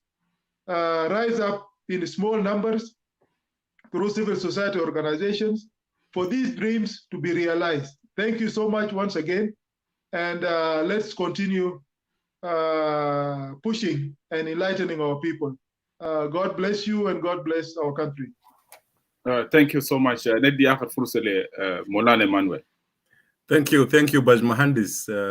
Let me also take this opportunity to express my gratitude and thanks to my colleagues, the dear panelists, who have contributed enormously.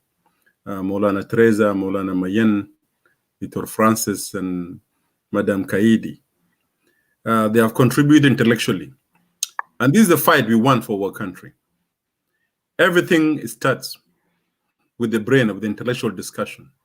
And I've said this before, even God, before he created the world, and he said, let me try to create a human being, you know? So everything must be conceived in our mind.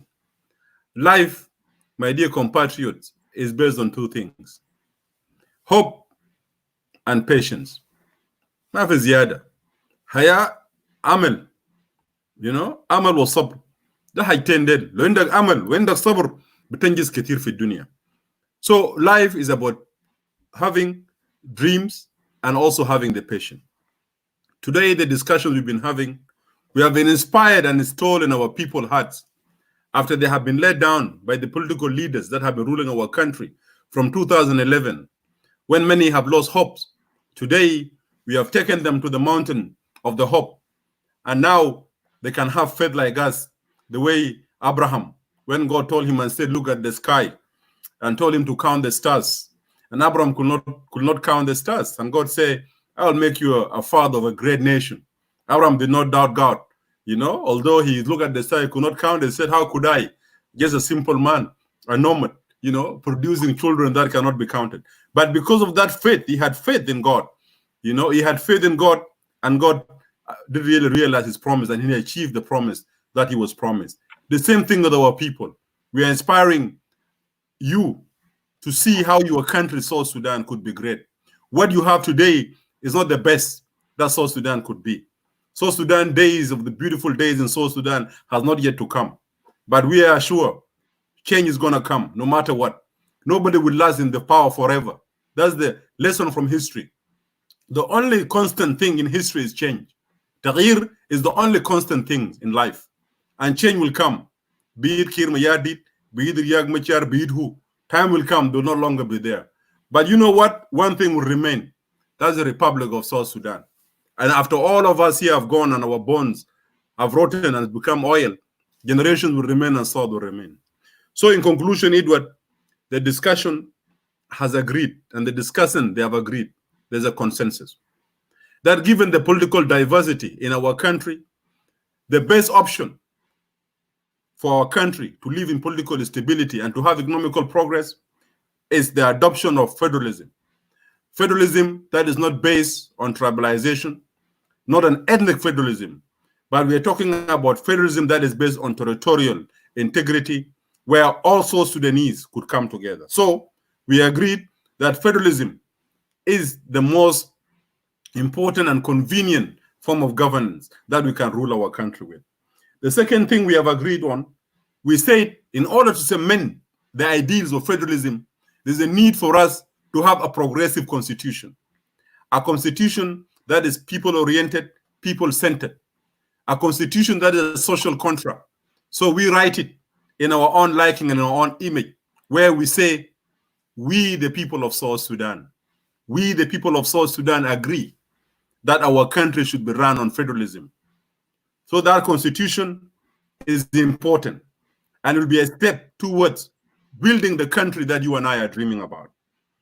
The third issue that we were talked about is the economical aspect of federalism. We said federalism should be complementary. Federalism should be the basis of the economic cooperation between us as the people of South Sudan. قال حلم الحمار قش حلم الحمار قش حلم الإنسان إيش.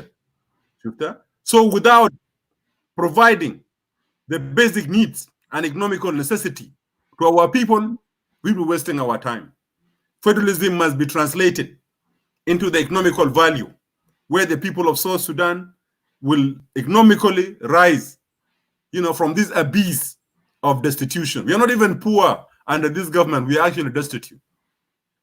The fourth thing we talked about is that federalism should be a cornerstone of cementing Southern nationalism, but within our diversity. Southern nationalism must be built on federalism that cement us to be together. And finally, the youth, what message do we have at the end? We are saying in order for us to achieve this country called South Sudan, in order for us to go to this promised land, because we are not yet in a promised land, we need the youth to stand up to determine your own destiny. Don't come and listen to our debates, go home and sleep and wait for the next debate. No, we are telling you, let us put our hands together. Let's put our hands together so that we could bring a change to our country. Nothing will come falling from heaven to our mouth. It is you, the youth, that will determine the fate and the future of South Sudan. It is only by today acting that we can have a better tomorrow. Better tomorrow will not come until you change yourself today. So change yourself, my dear compatriots, my dear sisters and brothers. The first thing to do is to ask yourself, what do you want to do for South Sudan in 20 years? With that, Bajmahandis, I thank you. شكرا سيد السفير مولانا إيمانويل. خلينا أنا أشكركم كلكم نيابة عن إدارة المنبر صوت الشعب. أشكرك مولانا إيمانويل أجاوين، وأشكر مولانا مين، وكذلك مولانا تريزا، وأشكر دكتور فرانسيس، وكذلك أخونا كايدي كليتو، وبرضو الدول الرجال اللي انضم لنا امبارح، أيضا أستاذ جوبيك لولا، وبرضو كان عنده مشكلة في الشبكة. خلينا نشكركم لهذا المجهود الكبير، وكذلك المجهود الذهني اللي بذلتموه خلال الحلقات من ما بدينا الحلقة الأولى وجينا الحلقة الثانية وجينا الحلقة الثالثة، واليوم هنا في الحلقة الرابعة والأخيرة في النقاش بتاعنا تجاه النظام السياسي المناسب لحكم دولة جنوب السودان. أنا بشكركم، وزي ما كلام اللي قلتوه في النهاية طبعا لأننا شغالين فوق ده، نحن بنناقش من أجل وضع أفضل في دولة جنوب السودان لأمهاتنا، آبائنا، أخواتنا، خالاتنا، وأيضا مستقبلا لأبنائنا. كل مرة نحن بنذكر إنه زي ما أنا ذكرت قبل إنه النقاش اللي نحن قاعد نناقشه ده، النقاش ده نناقشه موضوع بتاع فدرالية، نناقشه السلاطين في مؤتمر في جوبا سنة 54. ده سلاطين ما دخلوا جامعات، يعني حتى ناس بوز دي ولو انتوا رجعتوا للباك جراوند ما بتلقوا من الناس زي they went to the universities, but actually they reached to the يعني secondary school تقريبا المدارس تاع زمان. لكن شوف they were able to manage and to determine the future of coming generation.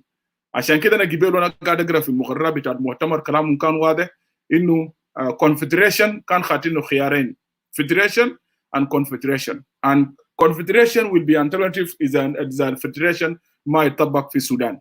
والآن الحلم بتاعهم زي في كلام برضو قالوا السلطان ريان، سلطان شير ريان، هو طبعا سلطان بتاع رومبيك، أنا بعرف ولده شير في جوبا is my colleague هو في SPLM. هو ذكر لما الناس قاعدين يتكلموا في المؤتمر هو قام فوق ولانه في خوف فقام ادى ستيتمنت قال انتوا جنوبين هل اننا خايفين من الشمالين؟ انتوا خايفين من الشمالين؟ اننا ما خايفين من الشمالين. اذا في مشكله بتحل في الجنوب، الاولادنا الجايين والقادمين هم يحلوا مشكله بتاع جنوب السودان، وممكن يعادوا حرب ويعالجوا مشكله بتاع جنوب السودان. and really statement بتاع السلطان ريان خلى انه الجنوبيين to reach the conclusion accepted انه نظام الفدرالي في تطبق، يقبل النظام الفدرالي. فانا يعني انا بشكركم، ونحن اتفقنا this was one of the enlightenment للشعب بتاعنا من النقاشات الفكريه داخل المنبر. we will continue لانه في النهايه كلنا القاعدين ده we will go but South Sudan will remain. الناس اللي بيكتبوا تعدل الجزء منه حتى اللي بيكتبوا بشتموا ده will not be there. كلنا نمشي، لكن we have to remember انه نحن لما نمشي لازم نخلي بلد مستقر، ما نخلي بلد متقسم متشرد فيه قيادات قبليه، نزاعات قبليه، الناس كلهم تفكيرهم بقى تفكير قبلي نتيجه للقياده الفاشله والسالبه الموجوده في جنوب السودان القاعده قصدي قبليه اكثر من انها تفكر في وحده بتاع جنوب السودان وكيفيه الاستقرار بتاع دوله جنوب السودان. ومن اجل ذلك انا هنا قاعدين نجي هنا وبنناقش في انه كيف جنوب السودان تستقر. انا بشكركم، وانا بشكر المشاهدين بتاع منبر صوت الشعب، وانا بشكر الناس اللي بيشاركوا في جوبا وفي نيروبي، ورغم انه في جزء منه هسه انا شايفهم قاعدين ناس فاسكو دكتور فاسكوالا رغم قريب الساعه 3 الصباح و they are still with us participating and contributing in comment. So this is a great لو ما كان الشو ده عنده meaning بالنسبه لهم they will not stay until this early morning. They are watching the show and contributing with comments. So شكرا لكل المشاهدين بتاع منبر صوت الشعب. انتوا زي ما كل مره انا قاعد اقول انه you guys deserve the respect. whatever نحن قاعد نختلف لكن اساءات ده نحن قاعدين نرفضه. So بهذه الكلمات انا بشكر المشاهدين، والعاده هنا ان شاء الله نلتقي. we'll come out with the next topic and we'll continue ان شاء الله next week. شكرا جزيلا و you have a good night. شكرا God bless. شكرا جزيلا. شكرا. انا شكرا اللي انا داير، شكرا للمشاهدين اللي انا داير اقوله للمشاهدين انا داير اقول كلمه اخيره.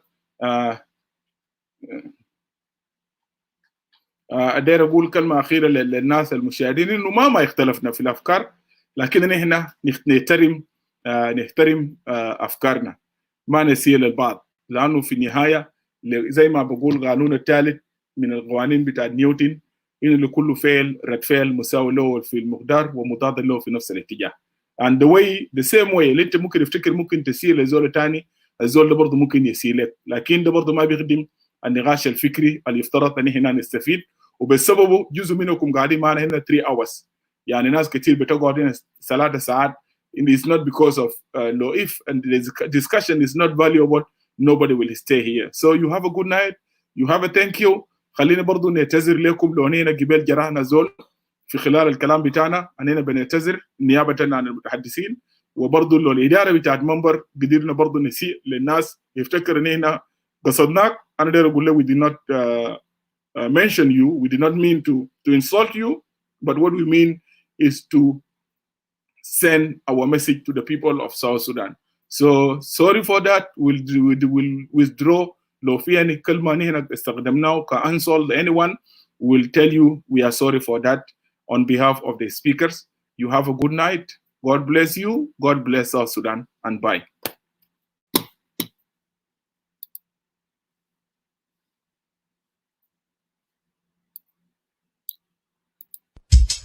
منبر صوت الشعب، الرأي والرأي الآخر، شعب واحد ووطن واحد.